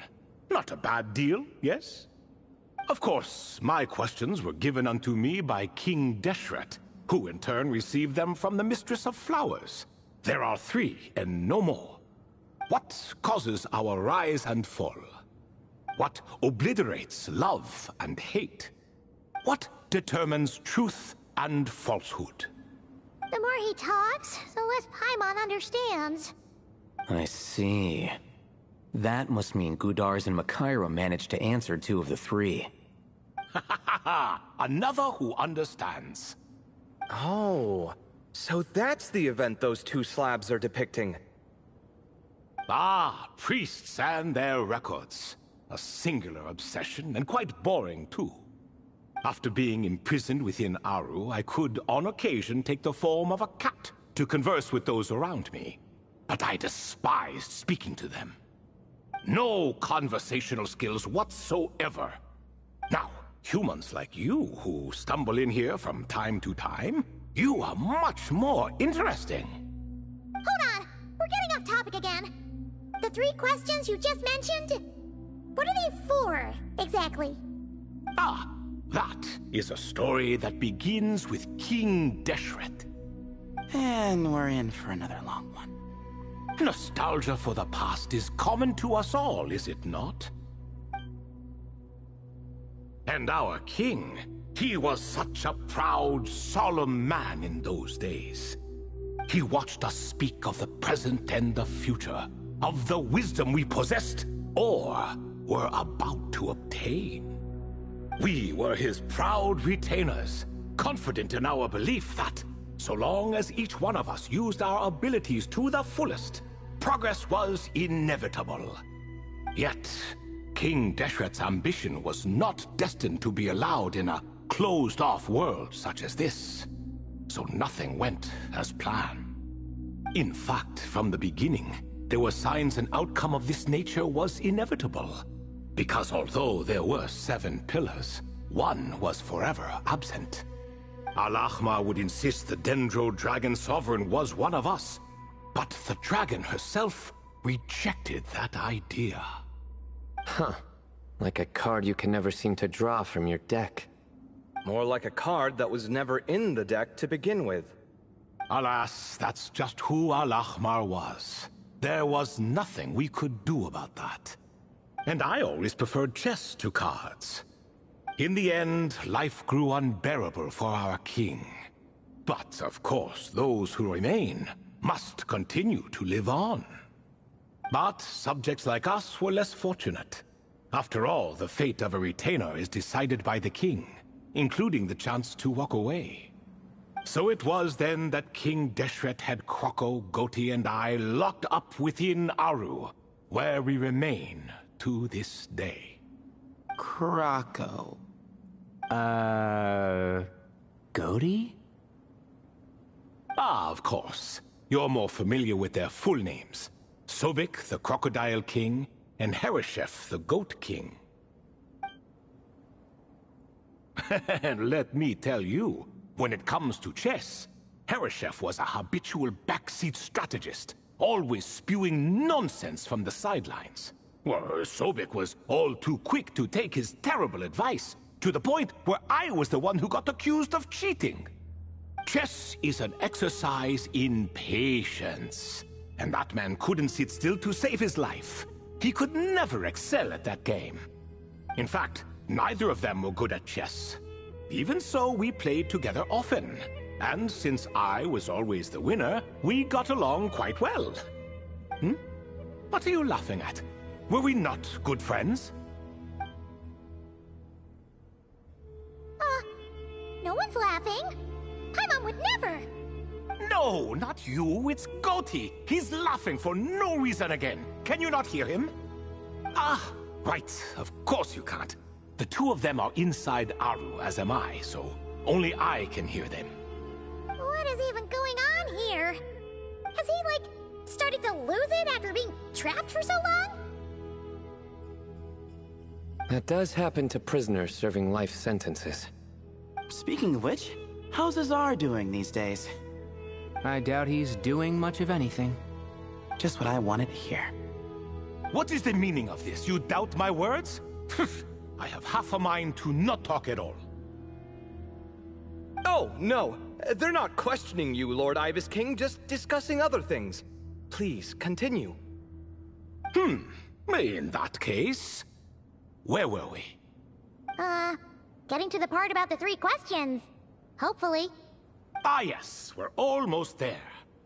Before I entered Aru, King Deshret said I could be released from my eternal seal if I chose humans who could provide the correct answers to those 3 questions. The first person who caught my eye was Gudars. I asked him, what causes our rise and fall?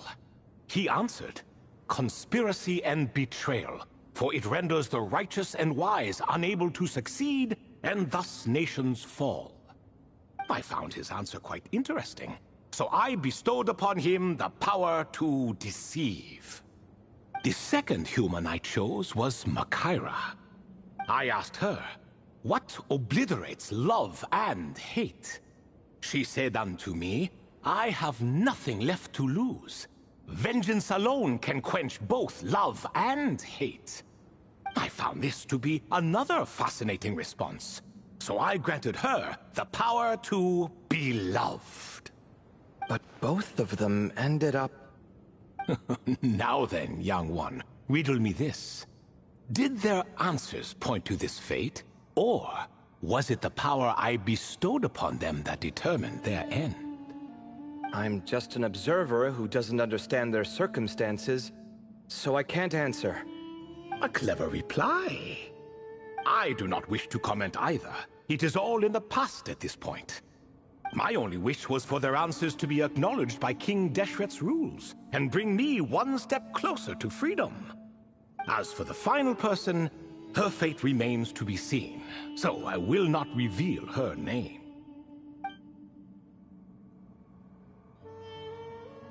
I asked her, what determines truth and falsehood? And found her answer quite compelling, so I bestowed upon her a gift to match. As you can see, however, I have not been freed, so it's clear the answer she gave at that time was wrong. But, alas, 3 people were chosen, and 3 questions were asked. So now all I can do is wait. Wait until her wisdom is in line with the rules set forth by my king. Until she has found the true answer to that question. No wonder there was no third stone slab then. Or perhaps you're just not ready to include her in the story. Though, that might be a generous interpretation. Well, it's not merely because her story remains unfinished. As the remaining priests of this place left, or passed on, there were none left to record the events that followed. Besides, stone slabs are few and far between in the Great Red Sands. In the sprawling desert, very few things or people even manage to leave a trace. But sometimes I can't help but wonder, if that young man from several centuries ago had been willing to answer my question, would I have left Aru by now? Wait, so there was someone else? Of course, it has been thousands of years after all. All sorts of people have stumbled upon this place, but I only chose the special ones.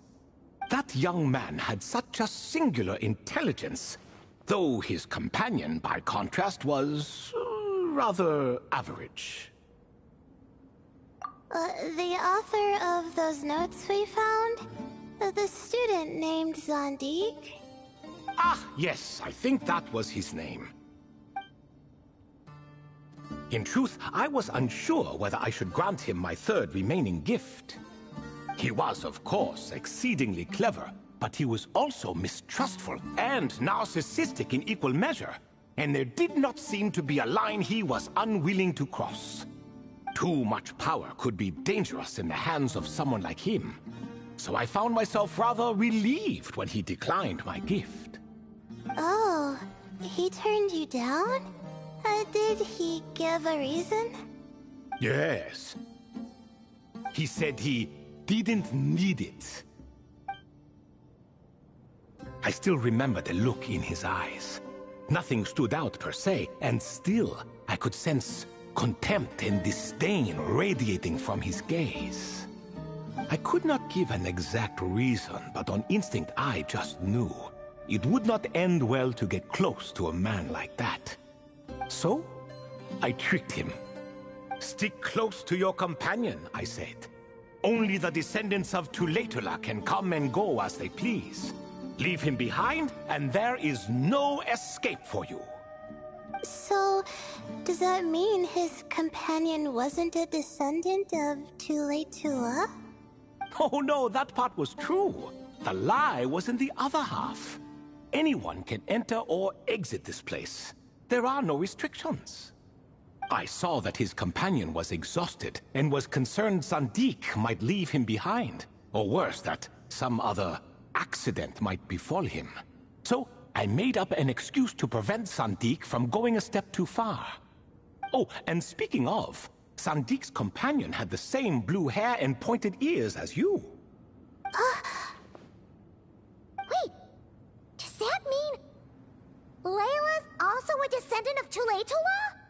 Indeed. When Hermanubis founded that city, he took in many who had nowhere else to go.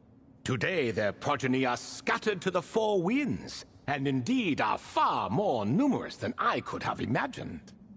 So the person you protected could have been my ancestor. Yes, yes. You're very welcome for that. Could I ask another question, Lord Ibis King? Of course. I have nothing but time, I'm afraid. Did you also save me and a man named Jur? I did. You two were quite unlucky bumping into a device King Deshret once used to measure human brain power.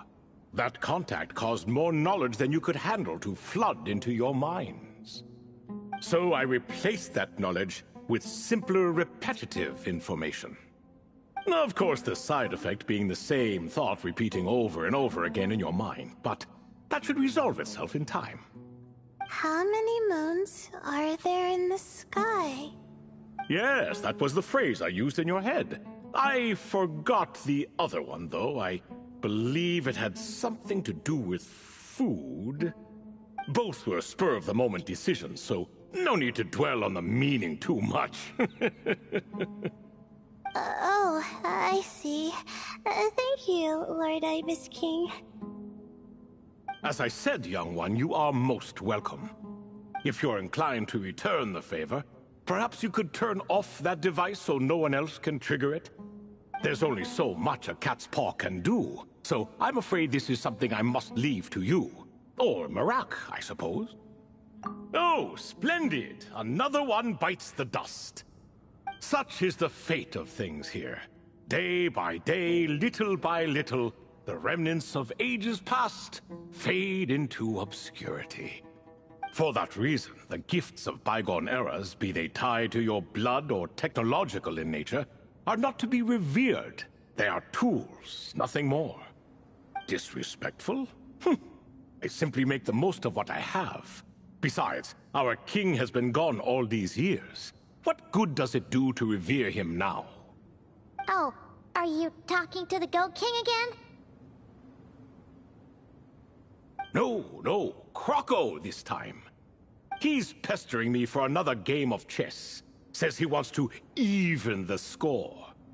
Wishful thinking, if you ask me. If we counted one push-up for every loss, he'd owe me 300,000 by now. Of course, that's just a rough estimate. I've never kept count. It appears that's something you like. Being someone unable to be defeated. I suppose so. All right then. Time for me to extend my winning streak, and for you all to head home. In truth, deep down, I know even the answers to those 3 questions will not change my fate. But that is for me to reckon with. Go on now.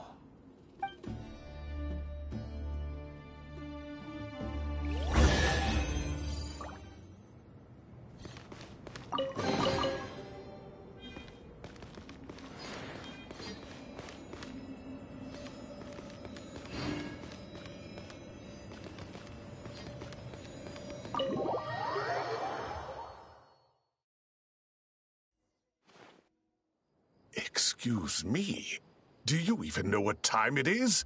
I've harvested 3 crops of tomatoes while you've been gone. You're exaggerating, Professor. I'm making a point. There's a difference. Sincerest apologies for keeping you waiting, Professor Cyrus. See, that's what I call manners. Now, Are any of you hurt? Nope. It went way smoother than we expected, actually. I presume the investigation is complete then. Come, tell me all about it. Oh my, did you luck out?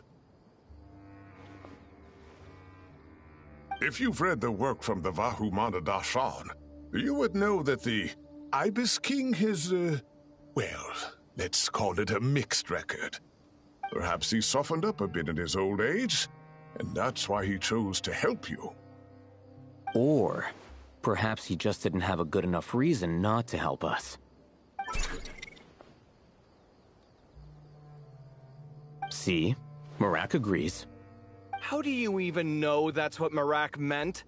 That could have just been a happy noise. In any case, there's a lot to be happy about. We figured out what happened to Layla and Jur, and there were some unexpected takeaways too. Yeah, I never expected to learn about my ancestry.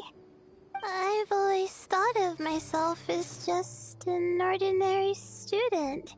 I never would have even considered something like that could be true. Come to think of it, our ancestors might even have been friends at some point. Huh? You're right. Maybe I should take a trip back home to see if I can find any records about that. Oh, I was just throwing that out there. I wouldn't want you to go to the trouble. It's fine. My advisor gave me a break, and I still have a few days left, so... Oh, wait. My study topic. I haven't made any progress at all. No. I need to focus on that instead. Right. Couldn't you help her, Professor? Huh? No, I could never. Me, you say? I'm from the Spatamar Darshan, and I don't think that Nephis or Zahahadi researched the stars. All I have to offer are my homegrown tomatoes. Although I suppose it's not impossible. I can ask a few old friends to recommend some interesting topics. You really don't have to. It sounds like a lot of work. Hardly. A few passing questions while we water the plants? It's no trouble at all. Thank you so much. Of course. Now it's getting late, and you all must be tired. Let's wrap things up here. Some say desert nights are the sun taking mercy on us after the heat of the day. So, let's leave while she still feels merciful.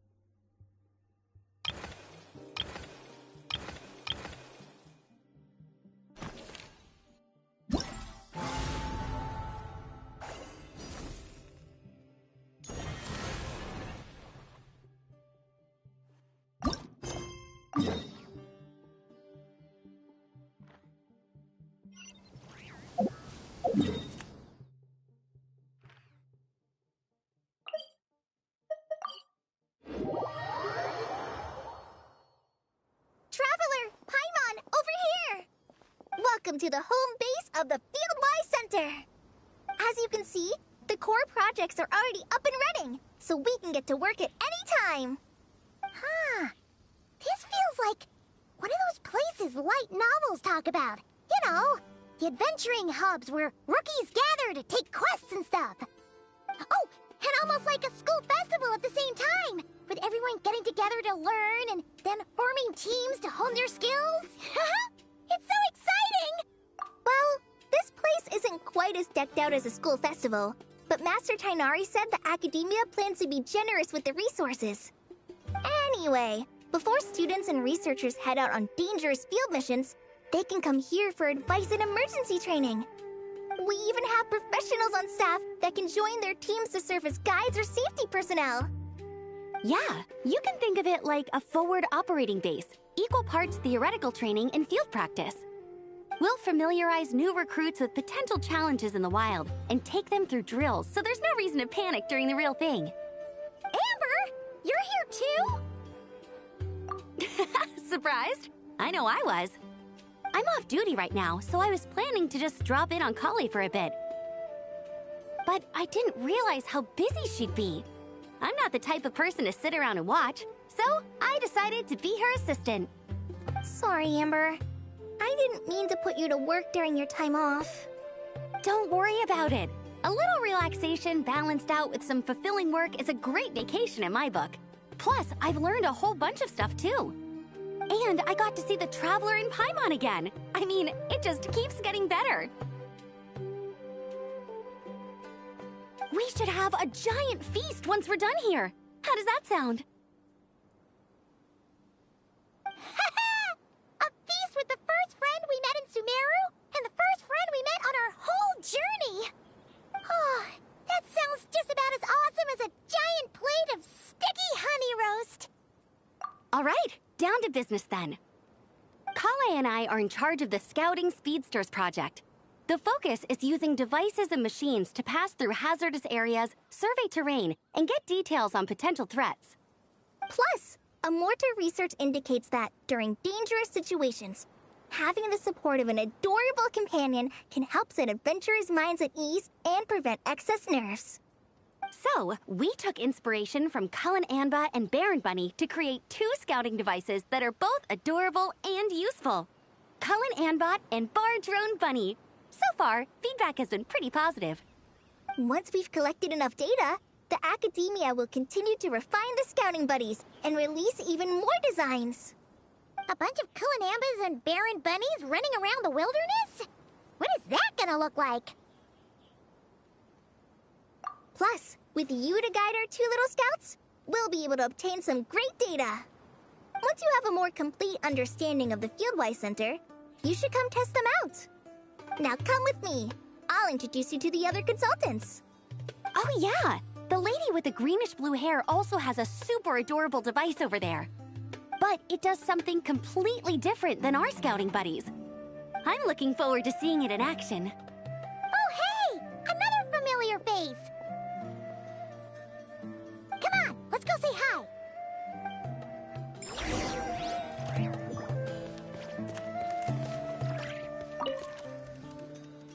It's really that popular. The internal locomotion mechanism is clever enough, and the execution on the terrain recognition, remote control, and weight detection modules isn't bad. But the appearance... it might as well be a doll for a child. No, this won't do. Madam Farzan, great news! The Traveler and Paimon agreed to join! The Fieldwise Center just leveled up big time, huh? Hello, Madam Farzan! We're here to help! What happened, well, Sonic? look who the cat dragged in. Excellent job, Kale. What happened? Snagging 2 top experts with undeniable adventuring expertise. Now the League won't be able to say a word, no matter what kind of feedback I give. Now tell me, what do you think of this puzzle, pal? Whoa! It looks just like you! It's a collaboration between my juniors in the Haravatat Darshan, the Puzzlers League, and the Synopsium on Ruin Mechanisms. Clearly, the technological aspect is quite advanced. But the appearance... it couldn't be more childish. You should have seen Anise, defending this design choice with more passion than her thesis. Yeah, but you said it was getting hit by a hyper beam. Young people these days. Far too obsessed with making things cute. Huh. Paimon kinda likes it. Kali and Amber were just saying how cute companions can help adventurers stay calm. With a doll that looks like you by her side, Paimon thinks she could go adventuring in a super dark ruin and not even get scared. Well, that line of thinking does have merit. And I suppose choosing this particular appearance is a sign of their respect. For me. Still, there are adventurers who place greater emphasis on reliability and technical composition. I don't think it lived. People like that don't just want their devices to be able to survive an avalanche, That's abuse. but to look the part. And for their appearance to reflect the high-tech composition. The fluffiness of this puzzle pal, on the other hand, doesn't give the impression it would be a reliable or formidable device. The appearance may even be distracting. Now picture this. A thick metal casing, square in shape, with a matte finish and openings to showcase the complex technical composition. That would have much more visual impact. I'm the perfect example of this. I have a youthful appearance, and so people question me on occasion. If I had a head of white hair instead, things would be different. Really? Then, do you want Paimon to talk to them? She has white hair. What? No! That's not the same thing. I didn't realize you had such strict views about this, Madame Farzan. Huh? So, even you prefer this version? Well, if that's what you really think, then fine. You'll have to come back and test it out on some puzzles, Traveler. And it has a low friendship. I'll rate your effectiveness in using the device and come up with a user manual based on your performance. As for improvements to its appearance, long-term observation is required, so I'll put that aside for now. I've already selected a few of the most suitable domains, so we can begin the puzzle-solving process at any time. Thanks, Madame Farzan. I'm just gonna take the Traveler and Paimon to see the final project. But it shouldn't take long. Don't worry, Kale. You're the one in charge here. Just make sure to pace yourself. Once things calm down, come over to see me and we'll have a nice chat. I'll even treat you to some snacks from back in my day. Snacks! Paimon's in! Paimon's in! Thank you, Madame Farzan. I'll bring a few boxes of floral tea as well. Go on now. Do me proud.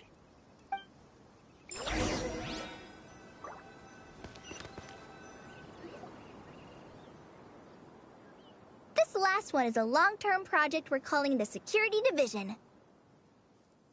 Thanks to General Mahamatra Sino, we've been able to bring Dia on as the instructor and Candace as the coordinator. They're putting together a combat test right now, but they should be back soon. Hey, looking for us? I don't get I guess we showed up right on cue then. I snipe other Wait, people the Traveler and Paimon are joining as As well? you'll see in a clip, I'm gonna that be makes things a uploading whole lot easier. Sorry for keeping you waiting, everyone. But we managed to bring back some good intel. Intel? Huh, this is starting to sound intense. Of course. What better way to protect the students than to sweep through the desert and rid it of all potential dangers? Not a bad plan, right? You in? Not the best time for jokes, Dia. Besides, when it comes to striking down danger, the Traveler is a woman on a mission. She might take you up on that offer. This is a new voice. Defeating anything that might pose I'm gonna a have threat? to go and look at the VA for this character. Even if the Traveler worked non-stop, I it don't could still take exactly years. like the other VA. We have to If stop this is traveling. the other one was Paimon doesn't kind even of a want to bitch. think about that. Time would be the least of our problems. Some dangers aren't visible to the naked eye, like the scorpions burrowed underground or the terrifying raptors sleeping in the trees.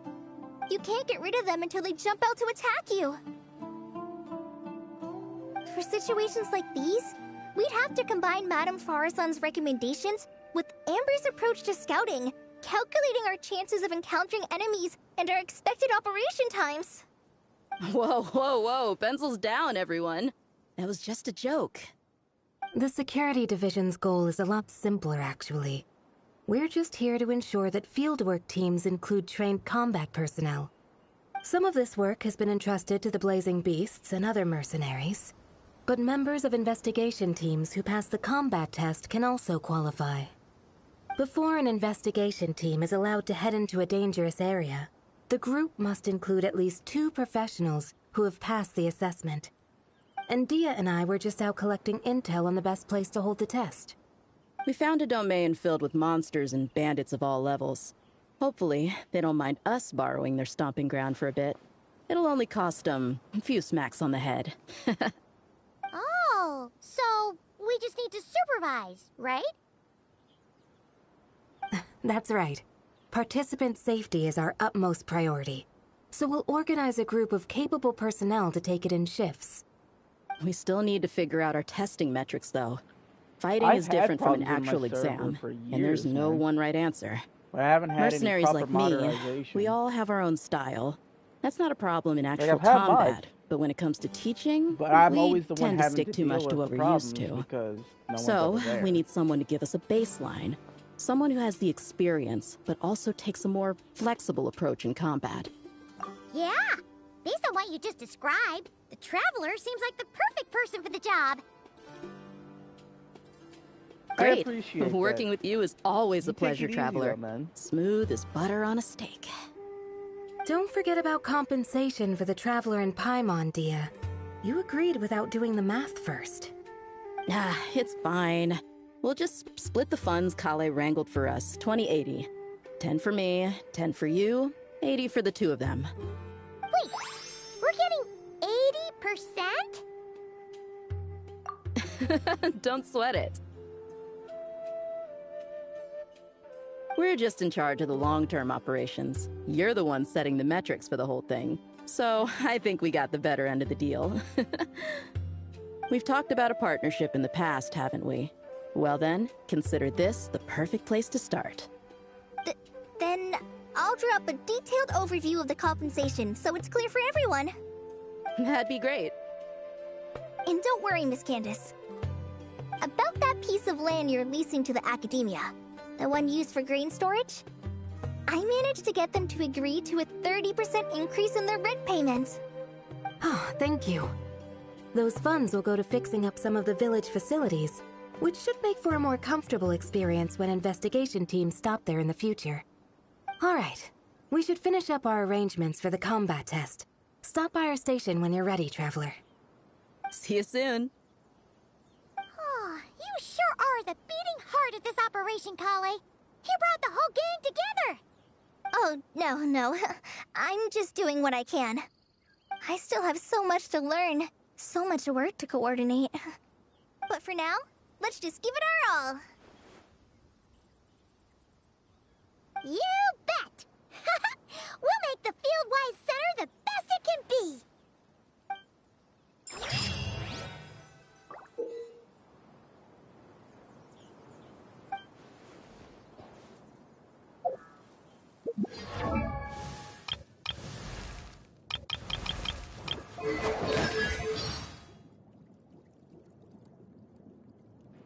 Ha ha ha! She did get replaced.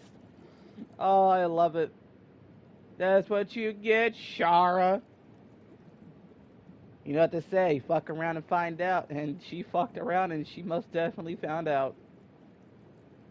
Oh, that makes me happy. I'm SAG for losers. One by one. Though I am surprised that the VA for T-Roots managed to not get replaced. I guess they approached him and was like, hey, either you voice this next time when we need you or you're gone, and I guess he caved.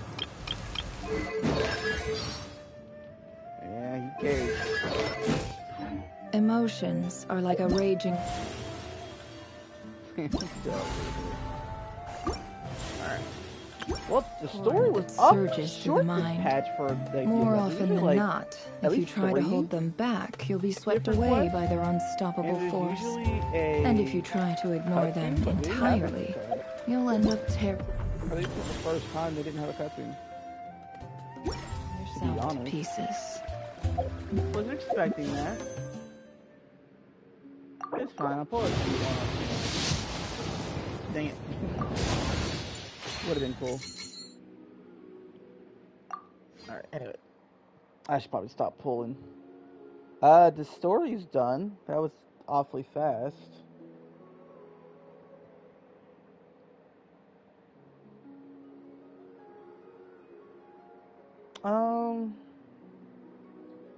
I guess I'll end the stream here since I finished the story.